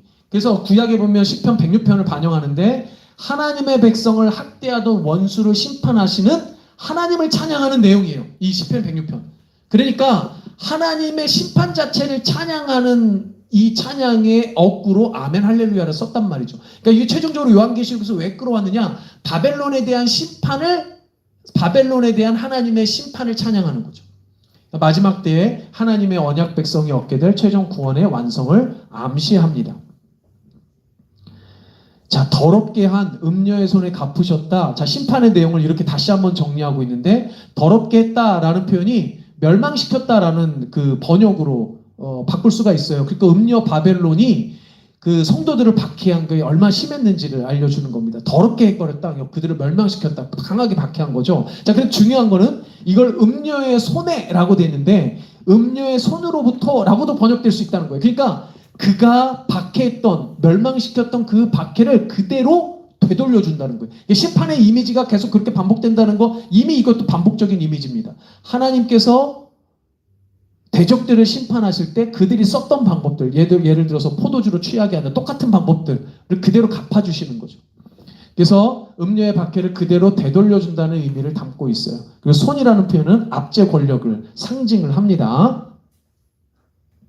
마지막으로 보좌에서 음성이 나오는데 5절에 보니까 이 보좌에서의 음성은 그리스도의 음성이라고 이해할 수 있는데, 예수님이 하나님 백성의 위대한 대표로서 앞서 그들이 즐거워한 것을 확증하면서 함께 하나님을 찬송하는 겁니다. 예수님은 사실 하나님이시지만 우리의 대표로서 서시는 거죠. 중보자로서 하나님 앞에 우리를 대변해서 쓰시는 거예요. 자, 그 다음에 이어지는 6절에서 또 8절까지 같이 보겠습니다. 시작. 또 내가 들으니 허다한 무리의 음성과도 같고 많은 물소리와도 같고 큰 우레소리와도 같은 소리로 이르되 할렐루야 주 우리 하나님 곧 전능하신 이가 통치하시도다. 우리가 즐거워하고 크게 기뻐하며 그에게 영광을 돌리세.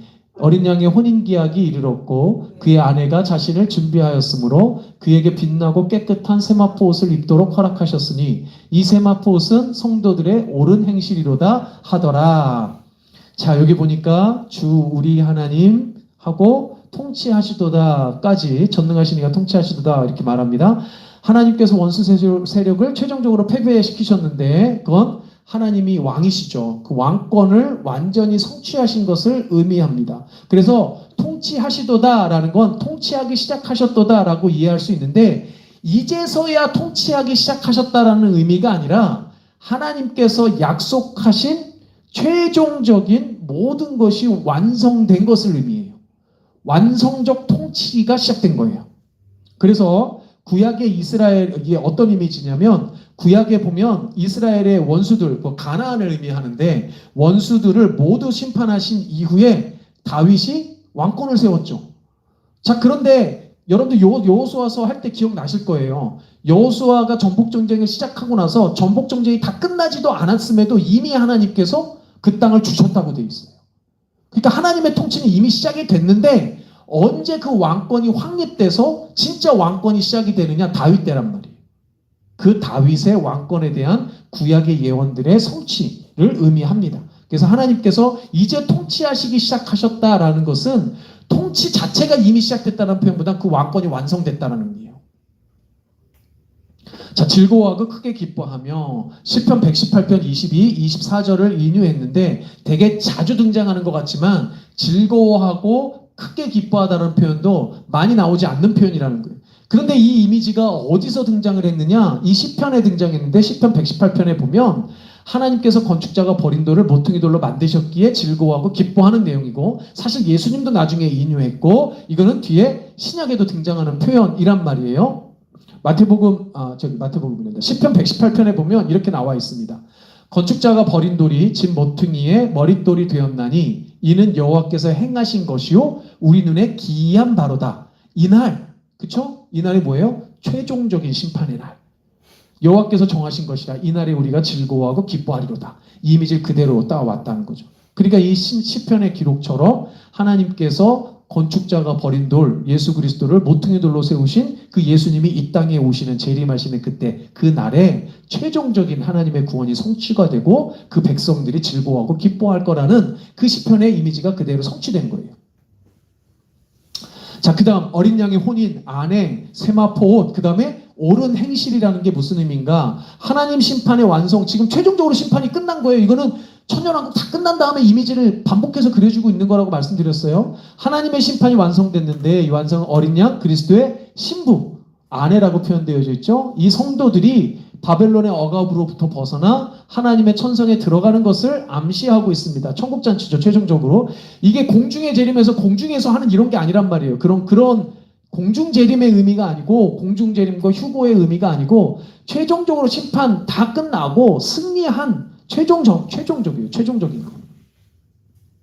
여기서 세마포 옷은 성도들의 옳은 행실인데, 봐요. 이게 어디서 또 나왔냐면, 세마포 옷이 음녀 바벨론이 가증한 물건과 음행의 더러운 것으로 옷 입고 있었을 때가 있었어요. 이것과 대비되는 거예요. 말씀드렸죠? 대적들은 항상 그리스도와 하나님을 흉내낸단 말이죠. 그렇게 흉내낸 겁니다. 그런데 봤더니 진짜는 뭐냐? 세마포 옷은 성도들의 옳은 행실이에요. 그냥 문맥상 이 옳은 행실은 뭐냐면 예수님의 증언을 지키는 것으로 정의돼요. 이 옳은 행실이라는 거 문맥으로 보면. 그런데 이 행위적 의미에서의 성도의 행실 그 자체, 그러니까 어떤 행위의 의미라기보다는 하나님께서 우리에게 주시는 선물의 이미지예요. 그러니까 세마포 옷이에요. 그래서 우리도 준비하지만 하나님께서 옷을 주신 겁니다. 이 옷 자체가 옳은 행실이에요. 그래서 이거를 두 가지로 이해하는 게 좋은데, 첫 번째는 뭐냐면 하나님과의 올바른 관계 속에 있음을 증명하는 거예요. 우리가 하나님과 올바른 관계 속에 있는, 우리가 구원받은 백성이라는 것을 증명해주는 필수적인 증거입니다. 그 필수적인 증거가 뭐냐? 신실함이에요. 천년왕국 동안에 수많은 박해가 있었고 유혹이 있었음에도 불구하고 타협하지 않고 끝까지 믿음을 지켰던 신실함, 그게 옳은 행실이고, 그건 사실은 하나님께서 우리에게 주신 상이란 말이죠. 두 번째, 원수에 대한 하나님의 심판을 통해 성도에게 이루어지는 정당화와 무죄 석방을 포상한다. 무슨 의미냐면 구원해 주셨다는 거예요. 그들처럼 심판받지 않고 불못으로 떨어지지 않고 구원해 주셨다라는 구원의 상징적인 의미가 이 옳은 행실 가운데 있다는 거예요. 그래서 옳은 행실이라는 표현은 그래서 두 가지 면을 다 비추어집니다. 성도들의 믿음, 신실함도 비춰주지만 그 신실하게 믿음을 지켰던 성도들에 대한 하나님의 은혜의 선물이기도 해요. 이 두 가지를 모두 다 나타낸다는 겁니다. 그렇게 이해하시면 될 것 같아요. 이게 다 지금 이미지는 뭐냐면 최종적인 이미지예요. 최종적인 이미지. 자, 9절부터 같이 읽습니다. 천사가 내게 말하기를 기록하라. 어린 양의 혼인잔치에 청함을 받은 자들은 복이 있도다 하고, 또 내게 말하되 이것은 하나님의 참되신 말씀이라 하기로 내가 그 발 앞에 엎드려 경배하려 하니, 그가 나에게 말하기를 나는 너와 및 예수의 증언을 받은 내 형제들과 같이 된 종이니 삼가 그리하지 말고 오직 하나님께 경배하라. 예수의 증언은 예언의 영이라 하더라. 이것도 이상하게 해석하는 데가 많더라고요. 천사는 이 그냥 알리기 위해서 선포하는 이제 그 천사를 의미하는 거고요. 여기 보니까 어린 양의 혼인잔치에 청함을 받은 자들이라고 되어 있습니다. 당연히 구원받은 자들에 대한 이미지인데, 여기서는 예수님께서 자기 백성과 함께 잔치를 벌이는 거죠. 식사하는 장면으로 묘사가 됩니다. 이거는 중간에 어느 단계가 아니라 최종적인 구원의 표상이에요. 그리고 청함을 받았다라는 표현은 수동이잖아요. 우리가 가는 게 아니죠. 청함을 받은 거죠. 이거 청함을 받았다라는 의미는 하나님의 주권적인 역할을 강조한 겁니다. 자, 이것은 하나님의 참되신 말씀이라 1절에서 9절까지의 말씀에 대한 이게 진짜 하나님의 말씀이다 라는, 진리다 라는 공식적 선포에 대한 이야기입니다. 나는 너와 및 예수의 증언을 받은 내 형제들과 같이 된 종이다. 이것도 이제 이 나가 누구 너가 누구 이것은 이제 막 이상하게 해석하는데, 문맥상 이 나는 9절의 천사예요. 그러니까 천사가 뭐라고 말하냐면 너 요한에게 말하는 겁니다. 야, 나는 하나님의 종일 뿐이다. 나를 경배해서는 안 된다라는 의미예요. 그러니까 당신은 물론 역사적으로 끊이지 않았던 천사 숭배 사상에 대한 반대의 증거인 겁니다. 무슨 말인지 이해되시죠? 나가 지금 천사인 거예요. 근데 지금 보니까 10절에 보니까 내가 요한이 그 발 앞에 천사 앞에 엎드려 경배하려고 하니까 말하는 거예요. 야야야야, 나 천사야. 나도 너랑 똑같은 종이야. 나한테 경배하는 거 아니야. 그러니까 천사 숭배하면 안 된다라는 천사 숭배 사상, 그것에 대한 반대의 증거라는 거죠. 예수의 증언은 예언의 영이라 하더라. 이게 또 무슨 의미인가? 예수의 증언은 세 가지로 이해할 수 있습니다. 예수로부터 온 증언이라고도 이해할 수 있고, 예수의 대한 증언이라고도 할 수 있고, 예수에 관한 증언이라고도 할 수 있는데 사실은 이걸 다 포함하고 있는 거예요. 다 포함하고 있는 건데 예언의 영이라는 표현을 이상하게 해석하면 안 되고 이 증언 자체가 성령의 감동으로 인해서만 가능하다는 거예요.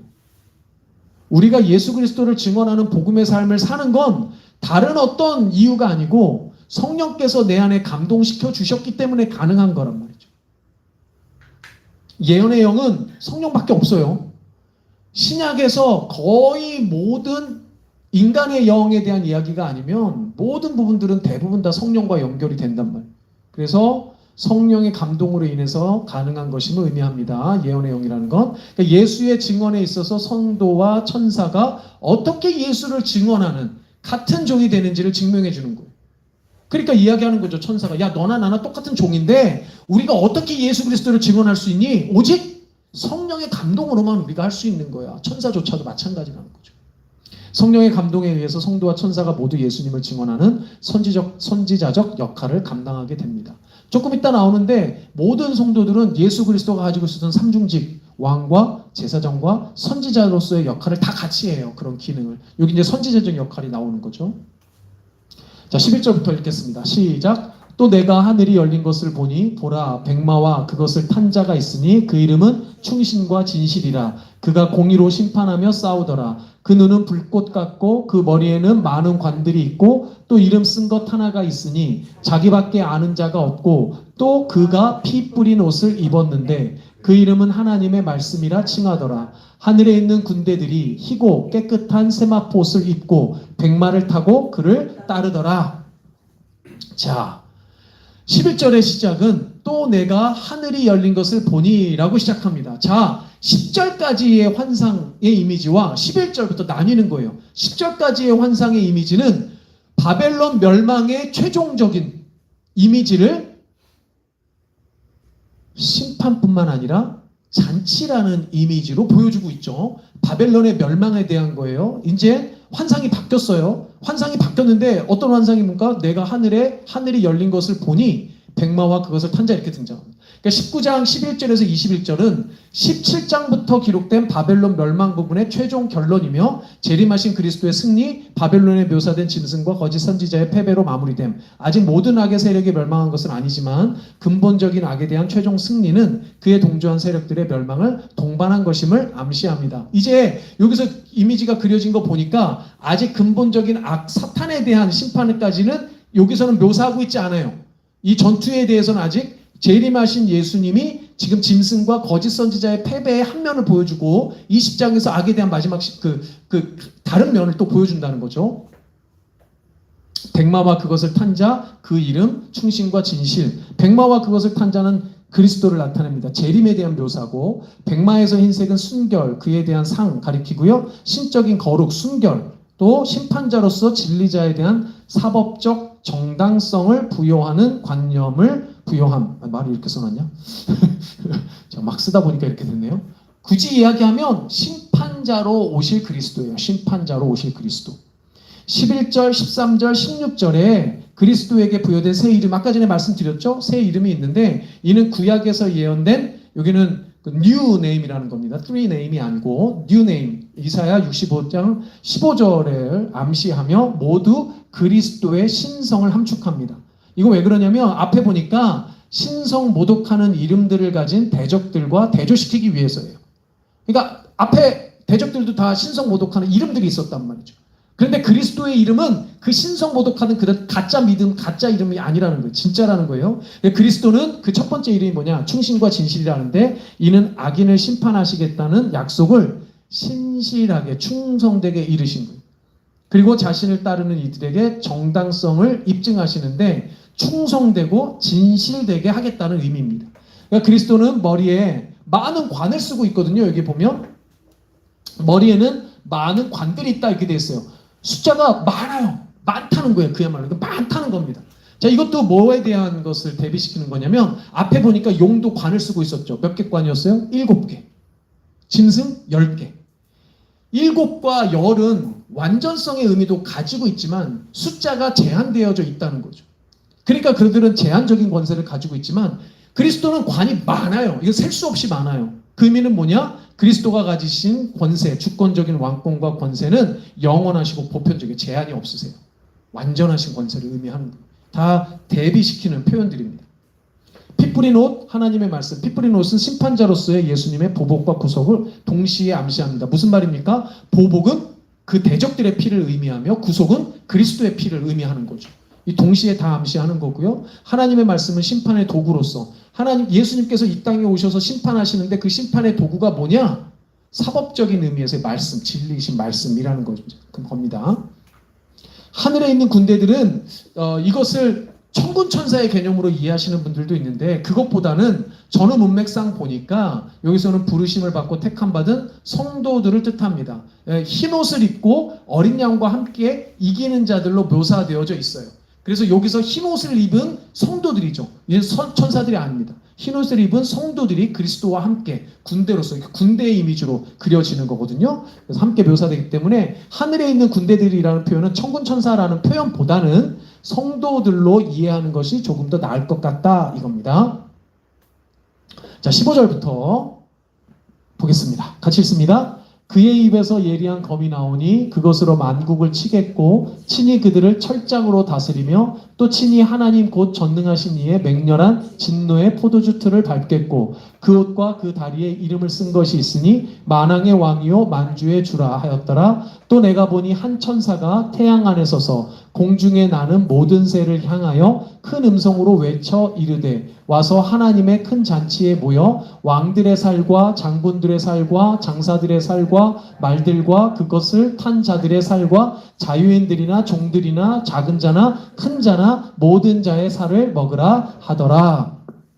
재림하신 예수님이 어떤 일을 행하시는지에 계속 표현되어져 있는데요. 입에서 예리한 검, 철장으로 다스린다. 검과 철장은 다 그리스도의 심판 도구죠. 하나님의 말씀을 상징하는데 이는 모두 구약에 예언된 그리스도의 심상을 성취한 것이고 사실은 요한계시록에서도 앞부분에 계속 나왔던 표현들입니다. 반복되는 표현들이죠. 그거 보니까 이사야 또 시편에 이렇게 나와 있어요. 내 입을 날카로운 칼같이 만드시고 나를 그의 손 그늘에 숨기시며 나를 갈고 닦은 화살로 만드사 그의 화살통에 감추시고 입에 날카로운 칼. 이사야 49장에서 그리스도의 재림하시는 그리스도에 대한 묘사죠. 공의로 가난한 자를 심판하며 정직으로 세상의 겸손한 자를 판단할 것이며 그의 입에 막대기로 세상을 치며 저 막대기가 철장이거든요. 그의 입술의 기운으로 악인을 죽일 것이며 이사야 11장에서 마찬가지고요. 시편 2장 9절에 보면 내가 철장으로 그들을 깨뜨리며 질그릇같이 부수리라 하시더라. 이 철장으로 다스린다라는 표현이 재림하시는 그리스도에 대한 구약의 묘사들인데 모두가 다 최종적인 이미지를 담고 있습니다. 그 옷과 그 다리의 이름 만왕의 왕이요 만주의 주. 아까 전에 다뤘었죠. 여기서 특별히 다리의 이름이라는 의미는 뭐냐면 다리 혹은 NIV 버전 보면 옆구리로 표현이 되어 있는데 다 전사가 칼을 숨겨두는 칼을 차는 자리였습니다. 만왕의 왕 만주의 주는 바벨론의 느부갓네살이 아까 전에 나왔던 이제 그 설명인데 요거에 대해서 왜 만왕의 왕 만주의 주가 구약에서는 어디에 등장했느냐? 다니엘서에 보면 바벨론의 느부갓네살이 이 호칭으로 자기 자신을 부릅니다. 근데 왕과 주는 그 당시로 보면 오직 하나님. 예, 요한계시록 배경에서 보면 그리스도라는 것을 상징하는 거죠. 또 내가 보니 한 천사가 이제 등장을 하죠. 17절에 보면 태양 안에 서서 공중에 나는 새를 그리고 하나님의 큰 잔치에 대한 묘사가 있습니다. 자, 여기 보면 요한계시록 지금은 19장을 보고 있는데 18장 1절에서도 한 천사가 나와요. 이 한 천사는 바벨론의 멸망을 선언한 거예요.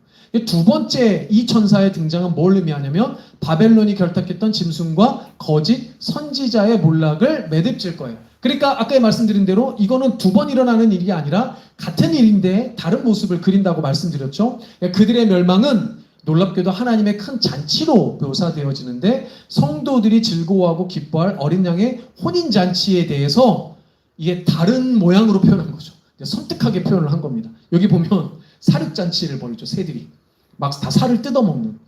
그런데 이 이미지를 왜 썼냐면 말씀드린 대로 에스겔 39장에 보면 곡과 마곡에 대한 심판이 이런 이미지로 묘사돼요. 에스겔 39장 17절 20절이 그렇습니다. 하나님 백성을 압제하고 포로로 잡았던 대적자들에 대한 처절한 심판, 하나님의 거룩하신 이름을 알리시는 그 사실을 묘사하기 위해서 곡과 마곡의 심판을 그대로 인유를 한 겁니다.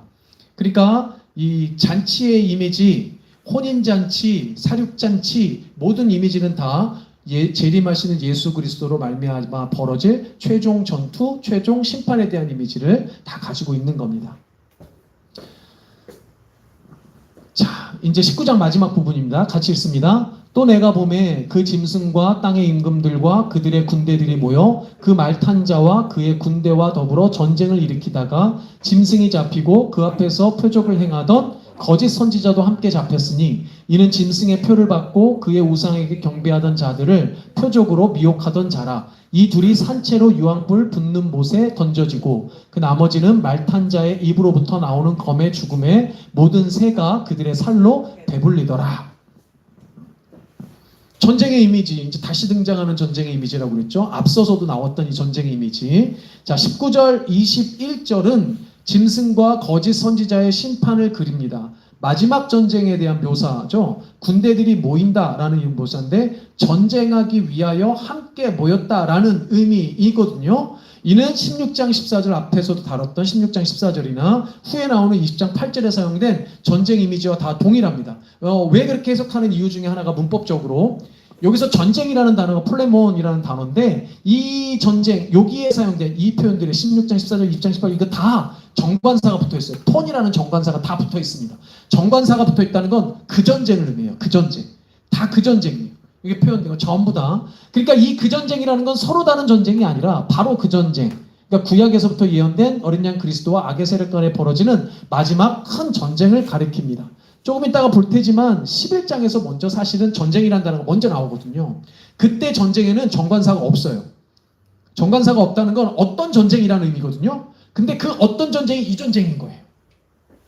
또 설명드리겠습니다. 짐승이 잡혔다, 거짓 선지자도 잡혔다. 이 둘이 산채로 유황불 붙는 못에 던져지고 검에 죽는다.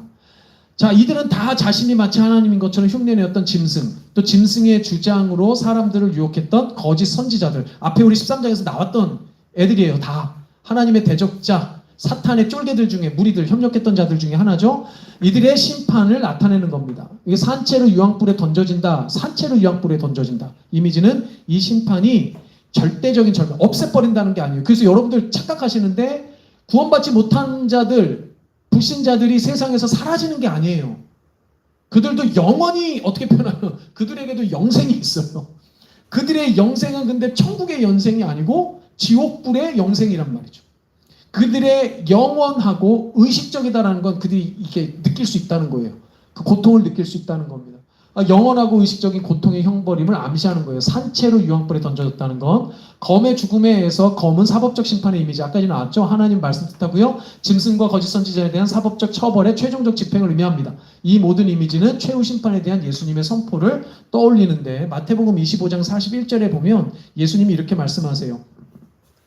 또 왼편에 있는 자들에게 이르시되 저주를 받은 자들아 나를 떠나 마귀야 그 사자들을 위하여 예비된 영원한 불에 들어가라. 내가 줄일 때 너희가 먹을 것을 주지 아니하였고 목마를 때 마시게 하지 아니하였고 나그네 되었을 때 영접하지 아니하였고 헐벗었을 때 옷 입히지 아니하였고 병들었을 때 옥에 갇혔을 때 돌보지 아니하였느니라 하시니. 물어보죠. 내가 언제 그랬습니까? 뭐 이렇게 물어본단 말이에요. 그러니까 너희들이 가난한 자, 병든 자, 힘든 자들에게 했었던 그게 그거다라고 얘기하시는 그 부분이거든요. 근데 이렇게 뭐라고 말씀하세요?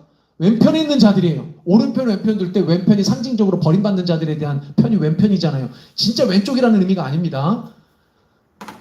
저주를 받은 자들아 나를 떠나 마귀야 그 사자들을 위하여 예비된 영원한 물에 들어가라. 이 이미지가 그대로 예수님이 사용하신 이미지라는 거예요. 자, 이제 20장으로 넘어가겠습니다. 읽습니다. 시작. 또 내가 보매 천사가 무저갱의 열쇠와 큰 쇠사슬을 그의 손에 가지고 하늘로부터 내려와서 용을 잡으니 곧 옛뱀이요 마귀요 사탄이라. 잡아서 1000년 동안 결박하여 무저갱에 던져 넣어 잠그고 그 위에 임봉하여 1000년이 차도록 다시는 만국을 미혹하지 못하게 하였는데 그 후에는 반드시 잠깐 노일이라. 자, 여기서 보면 1절에서 3절까지는 1000년 동안 결박된 혹은 1000년 이전의 이야기까지도 포함되어 있는 거예요. 옛뱀이란 표현이 그렇죠. 또 내가 보매라고 하는데 이제 환상의 이미지가 19장과는 이제 구별되는 이미지로 보여주고 있는데 아무런 관계없이 독립적인 게 아니에요. 연결이 밀접하게 되어져 있어요. 17장, 19장과 밀접하게 되어져 있어요. 자, 크게 20장은 보니까 두 부분으로 나뉘는데 1절에서 6절까지는 말씀드린 대로 역사적 시간상 17, 19장에서 바벨론 멸망과 최후 심판보다 앞선 시점이고 교회 시대 전체의 일이라는 거예요. 그러니까 천년 왕국의 시대랑 같은 시기예요. 7절에서 15절까지 두 번째 부분은 16장 14절 21절 19장 11절 12절에 나온 최후 심판과 최후 전쟁의 묘사를 반복하는 거예요. 세 번째로 등장하는 거예요. 그러니까 세 번째라는 표현은 시간상 세 번째라는 의미가 아니라 반복된 세 번째라는 의미입니다. 그래서 여기 중요한 게 뭐냐면 또라는 표현이에요. 또는 앞선 19장 후반의 최후 심판과 전쟁 이후의 역사적 시간 이후의 시간적인 사건이 아니고요. 환상의 순서로서의 연속성이에요. 그러니까 내가 앞에 이런 환상 봤는데 또 내가 이런 환상을 봤어 이런 말이지. 시간상으로 이런 일이 벌어졌는데 그리고 나서 이런 일이 벌어졌어. 어떤 사건의 순서가 아니고 환상의 순서라는 겁니다. 이는 흔히 전천연설 견해를 그러니까 우리가 앞에서 했었던 전천연설의 견해를 반박합니다. 왜냐하면 전천연설은 시간적으로 해석을 하거든요. 또한 내가 보면은 전형적인 환상의 도입부로 이 부분이 문자적이 아니라 상징적이라는 것을 의미합니다. 그러니까 또 다른 환상을 봤다는 거지 시간상으로 일어나는 이런 일이 아니라는 부분. 자, 무저갱의 열쇠라는 표현이 아주 중요한데 왜냐? 이 무저갱은 하나님과 천사들의 활동 영역인 하늘과 반대되는 영적 개념이에요. 그러니까 하늘이라는 것은 하나님과 천사들의 영적 영역인데 이 무저갱은 어둠의 권세가 가리키는 어둠의 권세가 어둠이 활동하는 악한 세력이 활동하는 영적 영역입니다. 그러니까 실질적인 물리적인 장소가 아니죠. 상징적인 장소인 거죠. 그래서 이 무저갱의 열쇠를 누가 갖고 있냐면 그리스도가 가지고 있는데 그리스도의 부활과 함께 시작되는 교회 시대 동안 사탄을 억제하는 기능을 이 열쇠가 가지고 있는 거예요. 무저갱이 가두는 거죠. 또한 그리스도가 교회를 보호하는 데 사용하시는 다윗의 열쇠, 우리 3장에서 나왔던 표현인데 동일한 표현이고 이 다윗의 열쇠 혹은 무저갱의 열쇠는 생명을 가리킴과 동시에 사망과 음부에 대한 주권을 다 가리키고 있다는 거예요. 그러니까 사단이 어디에 결박되어져 있어요? 무저갱에 결박되어져 있어요. 그 무저갱의 열쇠는 누가 가지고 계세요? 예수님이 가지고 계신다는 거예요. 자, 그럼 여기 등장하는 용, 옅뱀, 마귀, 사탄 그리고 이들이 1000년 동안 결박하고 그 후에 잠깐 놓인다는 것은 무엇인가? 자, 용은 옅뱀이에요. 옅뱀은 창세기 3장, 2장 3장에 나오는 창세기 3장에 나오죠. 3장에 나오는 그 뱀입니다. 그리고 마귀는 디아블로스 말씀드린 것처럼 하나님을 대적하는 건데 그리고 사탄은 사탄이죠. 그리스도의 열쇠로 사탄을 결박하고 이후 1000년 왕국의 기간은 교회 시대 동안 사탄을 억제하는 그리스도의 권세와 연결됩니다. 이는 그리스도의 부활로 인한 거예요. 자, 무슨 말입니까? 옅뱀, 창세기 3장에 등장했던 옅뱀인 사탄이 구약시대 내내 동안 활개를 치고 다녔어요. 그때는 사탄의 권세, 물론 하나님께 있었음에도 불구하고 그 당시 때는 이스라엘에는 민족신의 개념으로 머물러 있다가 이제 드디어 예수 그리스도가 이 땅에 오셔서 부활하심으로 우리가 십자가 승리라고 말하는 게 뭐예요? 부활하심으로 창세기 3장 15절에서 그리고 있었던 옅뱀의 머리가 부수어진 거죠. 그 옅뱀의 머리가 부수어졌다는 게 무슨 말이에요? 무저갱에 가두어서 결박했다는 거. 무저갱에 가두어서 결박했고 열쇠로 그리스도가 열쇠를 갖고 계신 거예요. 자, 예수님이 그 열쇠를 가지고 무저갱을 풀어주기 전까지는 사탄이 죽은 거예요? 아니면 결박당했기 때문에 힘이 온전치 않은 거예요? 결박당했으니까 힘이 온전치 않은 거예요. 그래서 결박은 사탄의 활동이 완전히 정지된 것이 아니라 그리스도의 주권 아래 통제된다는 것을 의미합니다. 그러니까 사실상은 하나님의 궁극적인 구원 사역을 촉진하는 역할이에요. 이게 중요합니다. 무슨 얘기냐? 선택받은 자에게는 우리를 연단시키는 역할을 해요. 그러니까 우리를 시험에 빠지게 하고 막 유혹하고 이러면 우리는 끝내 그 시험과 유혹에 져요, 이겨요? 결국은 이겨요. 결국은. 우리는 자꾸 지는 것 같지만 사실은 결국은 이긴단 말이에요. 그게 우리를 어떤 시켜요? 연단시켜요. 우리를 정금과 같이 연단시켜서, 그쵸? 순금으로, 정금으로 나오는 것처럼 연단시켜요. 그런데 선택받지 못한 자들이 이런 시험과 유혹 속에도 어떻게 되냐? 완악해져요. 예수님을 영접하지 않아요. 예수님의 말씀 듣지 않아요. 계속 또 완악해지고 교만해진단 말이죠. 이 역할을 누가 하느냐? 사실은 사단이 이 역할을 하는 거죠. 자, 그런데 잠깐 놓인단 말이에요. 잠깐 놓이면 그리스도의 재림 때 마지막 전쟁을 위해 동조세족들을 모으도록 미혹하는 것이 허용될 것임을 암시합니다. 이게 어떤 식으로 벌어질지에 대해서는 사실 우리는 잘 모르죠. 그러나 이제 그 결박된 그 사탄을 잠깐 놓아준다는, 그 정말 잠깐일 거란 말이에요. 잠깐 놓아줄 때 이 사탄이 뭐 하느냐? 마지막 동조 세력들, 자기들을 동조했던 세력들을 쫙 끌어모아요. 최후 전투죠. 그게 반지하 제왕의 제일 마지막 전투랑 비슷한 거예요. 이제 끝장내는 거죠. 한 번에. 그 전투를 위해 잠깐 놓이는 겁니다. 다 모아놔야 이길 수 있잖아요. 자, 4절부터 읽습니다. 시작. 또 내가 보좌들을 보니 거기에 앉은 자들이 있어 심판하는 권세를 받더라. 또 내가 보니 예수를 증언함과 하나님의 말씀 때문에 목배임을 당한 자들의 영혼들과 또 짐승과 그의 우상에게 경배하지 아니하고 그들의 이마와 손에 그의 표를 받지 아니한 자들이 살아서 그리스도와 더불어 1000년 동안 왕 노릇하니 그 나머지 죽은 자들은 그 1000년이 차기까지 살지 못하더라. 이는 첫째 부활이라. 이 첫째 부활에 참여한 자들은 복이 있고 거룩하도다. 둘째 사망이 그들을 다스리는 권세가 없고 도리어 그들이 하나님과 그리스도의 제사장이 되어 1000년 동안 그리스도와 더불어 왕노릇하리라. 자, 1000년 왕국에 대한 묘사가 나오죠. 이것도 좀 어렵습니다. 잘 들어보세요. 또 내가 보좌들을 보니, 자, 여기는 또 내가 보니는 앞선 1, 3절의 환상과 연결은 되지만 이제 구별되는 환상이죠. 1, 3절이 무저갱에서 일어난 일이었어요. 자, 4절에서 6절까지는 하늘에서 일어난 일인 거예요. 그러니까 똑같은 타이밍인데, 똑같은 타이밍이에요. 다른 타이밍이 아니에요. 여기서 또를 시간적인 의미로 해석하면 안 된단 말이에요. 똑같은 일인데 한쪽의 카메라가 지금 무저갱을 비추고 있었다면 또 다른 카메라가 동시에 하늘을 비추고 있는 거예요. 또 다른 카메라가 하늘을 비췄는데 이런 모습인 거예요. 하늘에 일어난 일로 초점을 맞추는 거죠. 자, 거기에 앉은 자들이 누구냐? 그리스도와 함께 왕노릇하는 성도들이에요.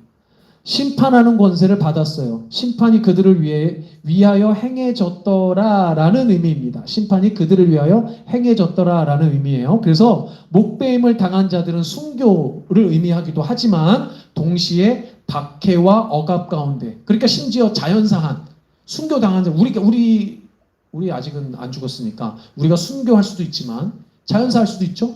어떻게 죽더라도 성도를 의미한단 말이에요.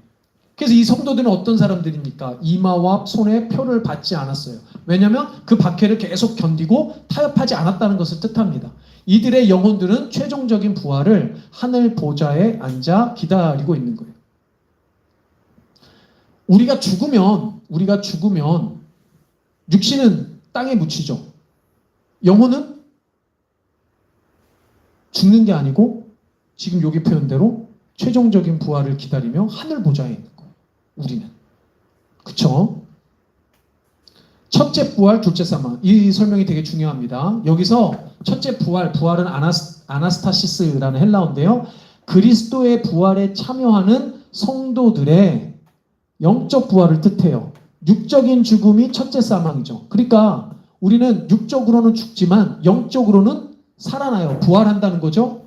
그래서 어떻게 돼요? 누구와 함께 있어요? 그리스도와 함께 있어요. 그리스도가 어떻게 하셨어요? 십자가에 죽으셨지만 부활했죠. 우리는 그 부활에 참여하는 자들이기 때문에 육적으로는 사망으로, 첫째 사망으로 끝나지만 영적으로는 부활한다는 거예요. 그래서 성도들은 영적 부활을 경험을 해서 영혼 자체는 어디에 있는 거예요? 하나님과 함께 그리스도와 함께 천국 보좌에 있는 거예요.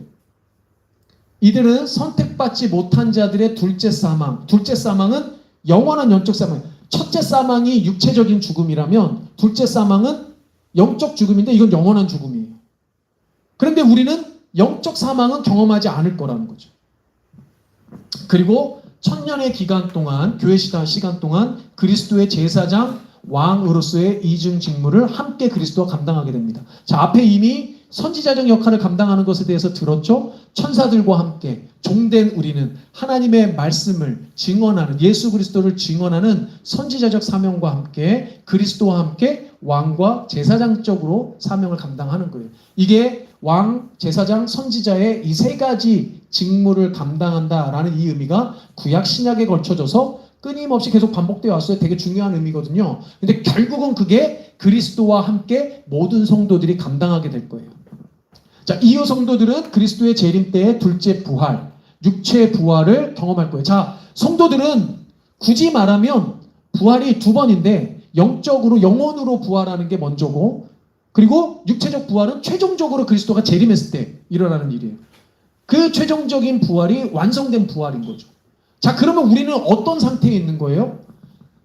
우리가 죽으면 끝이 아니고 영은 부활해서 영혼으로 살아있고 예수 그리스도의 재림 때 육체적 부활을 기다리는 거예요. 예수님은 부활하셨을 때 육체와 영혼이 다 부활하신 거죠. 그런데 우리가 죽으면 영혼의 부활만 경험을 하는 거고, 육체적 부활은 재림하신 그리스도와 함께 부활할 때 육적으로 완전히 부활해요. 그거를 두 번째 부활이라고 하는 거죠. 그럼 우리는 지금 죽으면 어떤 상황에 있느냐? 첫째 부활과 둘째 부활 사이에 있게 돼요. 우리가 죽으면.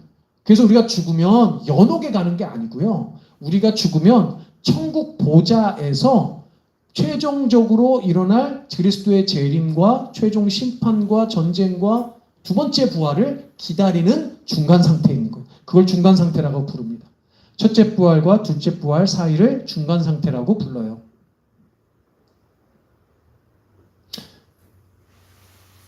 자, 일단 끝까지 간 다음에 마저 설명하겠습니다. 7절부터입니다. 읽습니다. 천년이 참해 사탄이 그 옥에서 놓여 나와서 땅의 사방 백성 곧 곡과 마곡을 미혹하고 모아 싸움을 붙이리니 그 수가 바다의 모래 같으리라. 그들이 지면에 널리 퍼져 성도들의 진과 사랑하시는 선을 두르매 하늘에서 불이 내려와 그들을 태워버리고 또 그들을 미혹하는 마귀가 불과 부양 못해 던져지니 거기는 그 짐승과 거짓 선지자도 있어 세세토록 밤낮 괴로움을 받으리라. 자, 전쟁에 대한 세 번째 묘사인데 이 전쟁의 포인트는 어디에 맞춰져 있어요?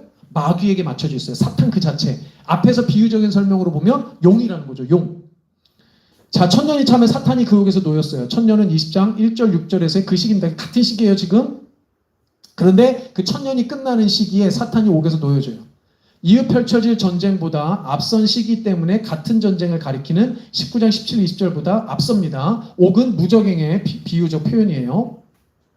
곡과 마곡을 미혹하고 모아 싸움을 붙이리니 반복되는 그 전쟁이죠. 아까 말씀드린 대로 에스겔 38장, 39장의 내용을 많이 인용하는데 마지막 때에 있을 사탄의 세력과 그리스도 사이에 있을 최종적 전쟁을 뜻합니다. 그 마지막 전쟁이라는 스가랴의 예언을 반복해서 계속 인용하고 있는 거예요. 그래서 스가랴 14장 2절인데 이 세 번의 반복된 전쟁은 계시록 문맥에서는 계시록 11장 7절에 처음 언급됩니다. 여기에는 정관사가 없다는 거예요.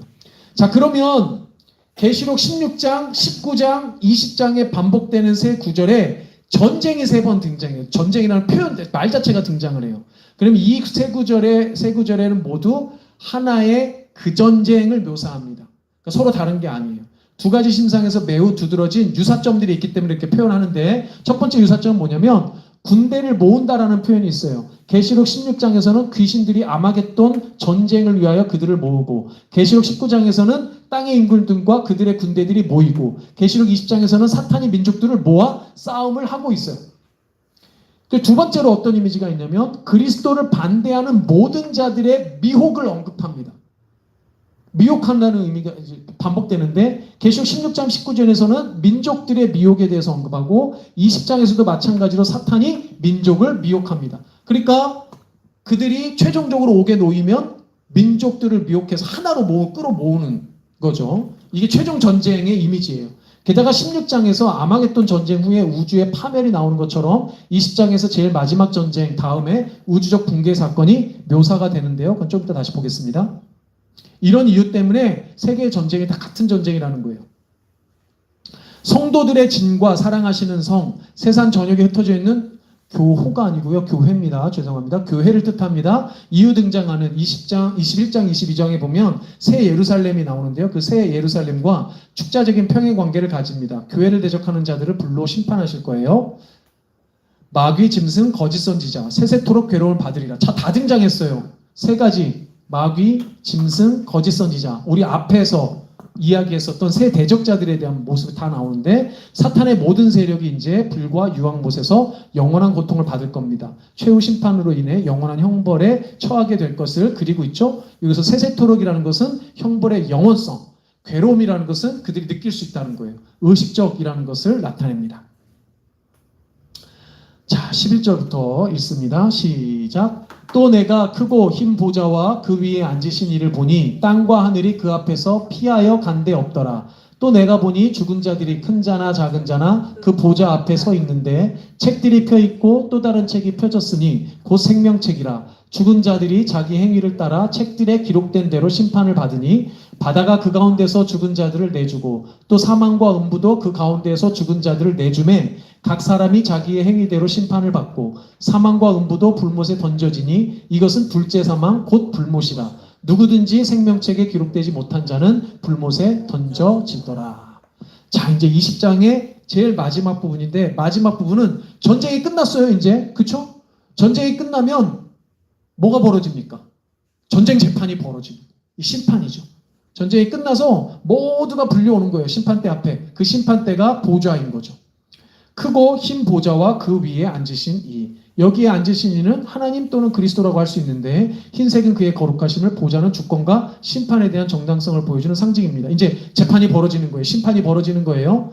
땅과 하늘이 피하여 간데 없더라. 여기 마지막 때에 우주적 파괴가 일어난다고 말씀드렸는데 16장 20절에서 등장하는 표현인데 21장 1절에서 새하늘과 새 땅이 없어지는 심상으로 이어짐. 그러니까 새하늘과 새 땅이 없어지는 게 아니고요. 그러니까 새하늘과 새 땅이 벌어지기 전에 없어지는 거로 이어진다는 겁니다. 간데 없더라라는 표현은 마지막 때에 악한 나라의 파멸을 묘사하는 거예요. 다 없어지는 거예요. 사라지는 거예요. 우주적 파멸에 대한 이야기입니다.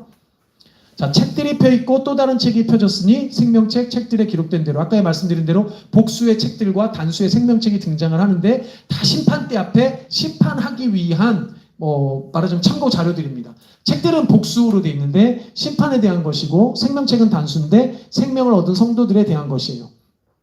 그래서 책들에 대한 기록대로라는 표현은 이 심판에 대해서 절대로 실수가 없으신 하나님 자신의 기억을 의미합니다. 무슨 말이냐면 책들에 하나님이 디펜던트하다라는 의미가 아니고 책들에 기록된 대로라는 것은 하나님께서 정확하게 기억하신다는 거예요. 기록을 벗어나지 않는다라는 의미는 하나님께서 무슨 책을 보시고 이렇게 보신다는 그런 의미가 아니고요. 상징적인 의미입니다. 바다가 그 가운데서 죽은 자들, 사망도 음부도 그 가운데서 죽은 자들. 바다와 사망과 음부는 다 동일한 의미입니다. 사실은. 둘 다 모두 비신자들. 그러니까 생명책에 기록되지 못한 자들이죠. 그들을 가두는 악의 영역을 다 상징합니다. 바다도 그것을 상징하고 사망과 음부도 마찬가지예요. 이들 비신자들은 결국 사망과 음부 아래에 있었으나 최종적으로 영원한 불못의 처벌로서 심판을 받으며 이는 곧 둘째 사망을 의미합니다. 자, 그러면 둘째 사망은 영원한 사망인데 이 둘째 사망은 성도들은 겪어요, 안 겪어요? 안 겪어요. 성도들은 안 겪는단 말이죠. 성도들은 첫째 사망인 육체적인 사망, 지금 죽는 것만, 여기서 육체적으로 죽는 것만 경험하고 이 영원한 둘째 사망은 우리는 경험하지 않는다는 겁니다. 자, 이게 최후 심판에 대한 묘사예요. 자, 그러면 20장은 전체 이미지를 담고 있는 거죠. 어떻게 표현하면 천년 왕국이 시작되는 스타트점, 예수 그리스도의 부활로 사단이 그의 머리를 밟히고 무적행에 가두어져서 천년 동안, 그러니까 지금 시대, 천년 동안 그리스도에 의해서 그의 세력이 결박당해져 있는 거예요. 지금 그 기간을 겪고 있는 거고 그 천년의 기간의 끝에는 뭐가 와요? 예수님이 재림하세요. 몇 번 차례 걸쳐서 저희 재림하시는 게 아니라 딱 한 번 재림하신다는 거예요. 재림하시면 일어나는 일이 뭐냐? 크게 두 가지 일이 벌어지는 거예요. 첫 번째는 사탄이 옥에 놓여서 그들의 세력을 구합한 다음에 어린 양으로 대표되는 그리스도와 대적을 벌이고 최후 전쟁이 벌어지죠. 최후 전쟁이 벌어졌는데 누가 이겨요? 그리스도가 이기시고 성도들이 이기고 하나님의 편이 이기는 거예요. 하나님의 편에 이기면 전쟁이 끝났어요. 전쟁이 끝나면 뭐가 벌어지는 거예요? 심판이 이제 벌어지는 거예요. 재판정이 딱 열리는 거예요. 니들 일로 와, 니들은 왼편, 니들 왼편, 불목, 오른편, 생명책에 기록되는 이렇게 되는 거예요. 그리고 이제 우리가 앞에 볼 21장, 22장 새하늘과 새 땅의 창조, 그러니까 모든 것이 새롭게 되는 새 창조를 경험하게 되는 겁니다. 그러면 사실은 이해하기가 쉬워요? 어려워요? 아주 쉽죠. 복잡하지 않아요. 예수님은 막 몇 차례 막 해가지고 막 복잡하게 이러지 않습니다. 딱 한 번 일어나는 일이고 한 번의 전쟁이 있는 거예요. 얘네들을 얘들이 세가지고 한 번 싸웠다가 좀 뒤로 물러났다가 다시 한 번 싸우고 이런 컨셉이 아니란 말이에요.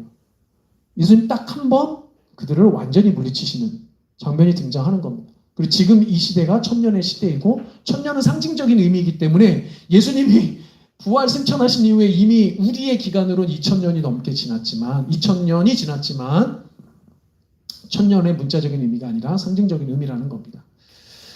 자, 그러면 마지막으로 10장의 환상들이 우리에게 사실은 여러 가지 감동을 주는데 그 이유는 뭐냐? 첫 번째 19장의 찬송은 마침내 하나님께서 모든 대적을 심판하실 거예요.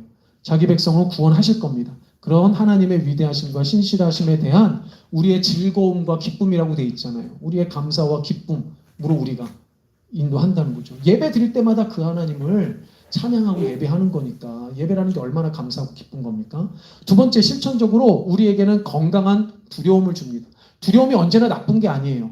그래서 하나님을 경외한다라는 표현은 건강한 두려움에 대한 표현입니다. 그래서 우리의 삶, 그러니까 언젠가 하나님 앞에 서서 우리도 우리의 삶을 설명할 거예요. 이게 뭐 진짜 구구절절히 설명한다는 의미는 아니고요. 우리의 모든 것이 하나님께서 다 너 누구 왔구나 아신단 말이죠. 그러면 어린 양에게 충성하였기 때문에 본질적으로 우리는 두렵지 않습니다. 건강한 두려움은 이 땅에 사는 동안 죄에 대한 타협, 우상숭배를 피하도록 우리에게 동기를 부여줘요. 왜? 우리도 언젠가는 그 하나님 앞에 경외감을 가지고 설 거기 때문에. 마지막 세 번째는 우리가 처한 현실과 미래의 삶에 자신감을 심어줍니다. 왜? 우리의 개인적인 삶을 보면 또 우리의 공동체를 보면 우리의 앞날은 알 수가 없어요. 나에게 무슨 일이 일어날지, 내 가족들에게 무슨 일이 일어날지 알 수가 없어요. 정확히는. 그러나 결국 영원한 죽음을 이기고 최종적인 승리를 보장받았다는 것을 우리가 믿어요. 알아요. 그러니 이 땅에서의 안전 문제를 가지고 궁극적으로 흔들리지 않단 말이에요. 그러니까 불안감이 막 큰 사람들에게 이게 참 큰 위로와 자신감을 준다는 거예요. 자, 이해되셨으리라 믿습니다. 아우, 시간이 정말 빠듯하게 딱 끝나네요. 혹시 질문 있으십니까? 휴거가 되면 어떻게 돼요? 휴거라는 컨셉이 없다는 거예요. 네, 휴거라는 컨셉이 없어요. 우리가 보통 휴거 그러면 공중재림에 대한 이미지로 이해하거든요. 예수님이 공중에 재림하시고 우리가 휴거돼서 끌려 올라가는 거라는데 그런 의미가 없다는 거예요. 요한계시록 전반에서 우리가 휴거돼서 그렇게 단순히 끌려가는 의미가 아니고 우리의 영혼이 천국에 있다는, 천국은 하늘의 천국이라고 되어 있지만 상징적인 표현이라고 말씀드렸잖아요. 그러니까 우리가 죽으면 김명수님이나 우리나 다 누구나 다 천국에 하나님과 함께 예수님과 함께 영적인 그 하늘에 있는 거예요. 그리고 예수님이 재림하실 때 우리가 육체적인 부활과 함께 예수님과 함께 영원한 그 천국에 계속 있는 거죠. 그냥 우리가 어디 잠깐 천국에 휴거에서 올라갔다가 잠깐 또 내려왔다가 뭐 올라갔다 이런 컨셉이 아니에요. 물리적인 이런 컨셉이 절대 아니에요. 그래서 공중에 어디 뭐 달나라 뒤에 지금 달 뒤편에 뭐가 있다는 둥, 뭐 화성에 뭐가 있다 이게 다 아니에요. 그런 거 아니고 휴거라는 컨셉이 없어요. 쉽게 얘기하면 그렇게 보이는 곳이 있을 뿐이지 실제적으로 휴거라고 우리가 예수님이 공중에 재림하시는 것도 아니고 우리가 그 공중에 휴거하는 것도 아니에요. 아까 말씀드린 대로 그거는 여러 번 예수님이 재림하셔야 가능한 부분인데 그렇지 않다는 거예요.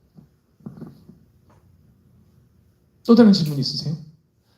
근데 이게 어려워요. 어려우니까 어렵게 생각할수록 어려워요. 그냥 심플하게 생각하시면 돼요. 어떻게 생각하시면 돼요? 우리가 살다 죽으면 우리의 영혼, 하나님과 영혼이 같이 있어요.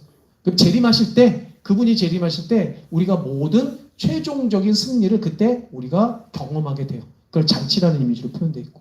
그러니까 뭐 복잡하게 우리가 뭘 해고 뭘 해야 뭐 흰옷을 입어야 우리가 소복을 입어야 뭐 휴거가 될 수 있다는 등 뭐 이런 얘기는 다 아니에요. 다 그렇게 이해하시면 됩니다. 오히려 혼란스러워요. 더.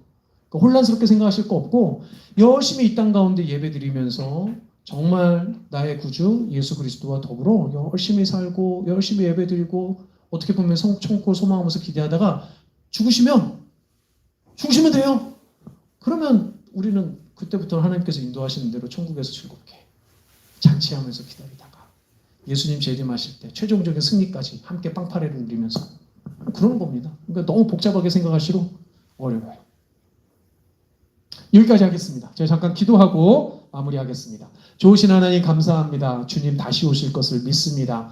오늘 요한계시록 20장 최종 전쟁과 또 그 심판 아버지 하나님 놀라운 말씀을 우리가 또 듣고 또 배우게 되었습니다. 세상에 많은 혼란하고 복잡스러운 많은 이견들이 있지만 하나님 아버지께서 우리에게 지혜를 주실 뿐만 아니라 분별력과 담대함까지 허락하여 주셔서 주님이 주신 귀한 말씀에 그 진리의 말씀에 흔들리지 아니하고 딱 고정되어 있을 수 있도록 하나님께서 함께하여 주시옵소서. 미혹하는 무리들의 미혹을 물리칠 수 있는 담대한 하나님의 말씀과 성령의 역사를 허락하여 주실 줄 믿고 감사드리며 예수님의 이름으로 기도드립니다. 아멘. 자, 마무리하겠습니다.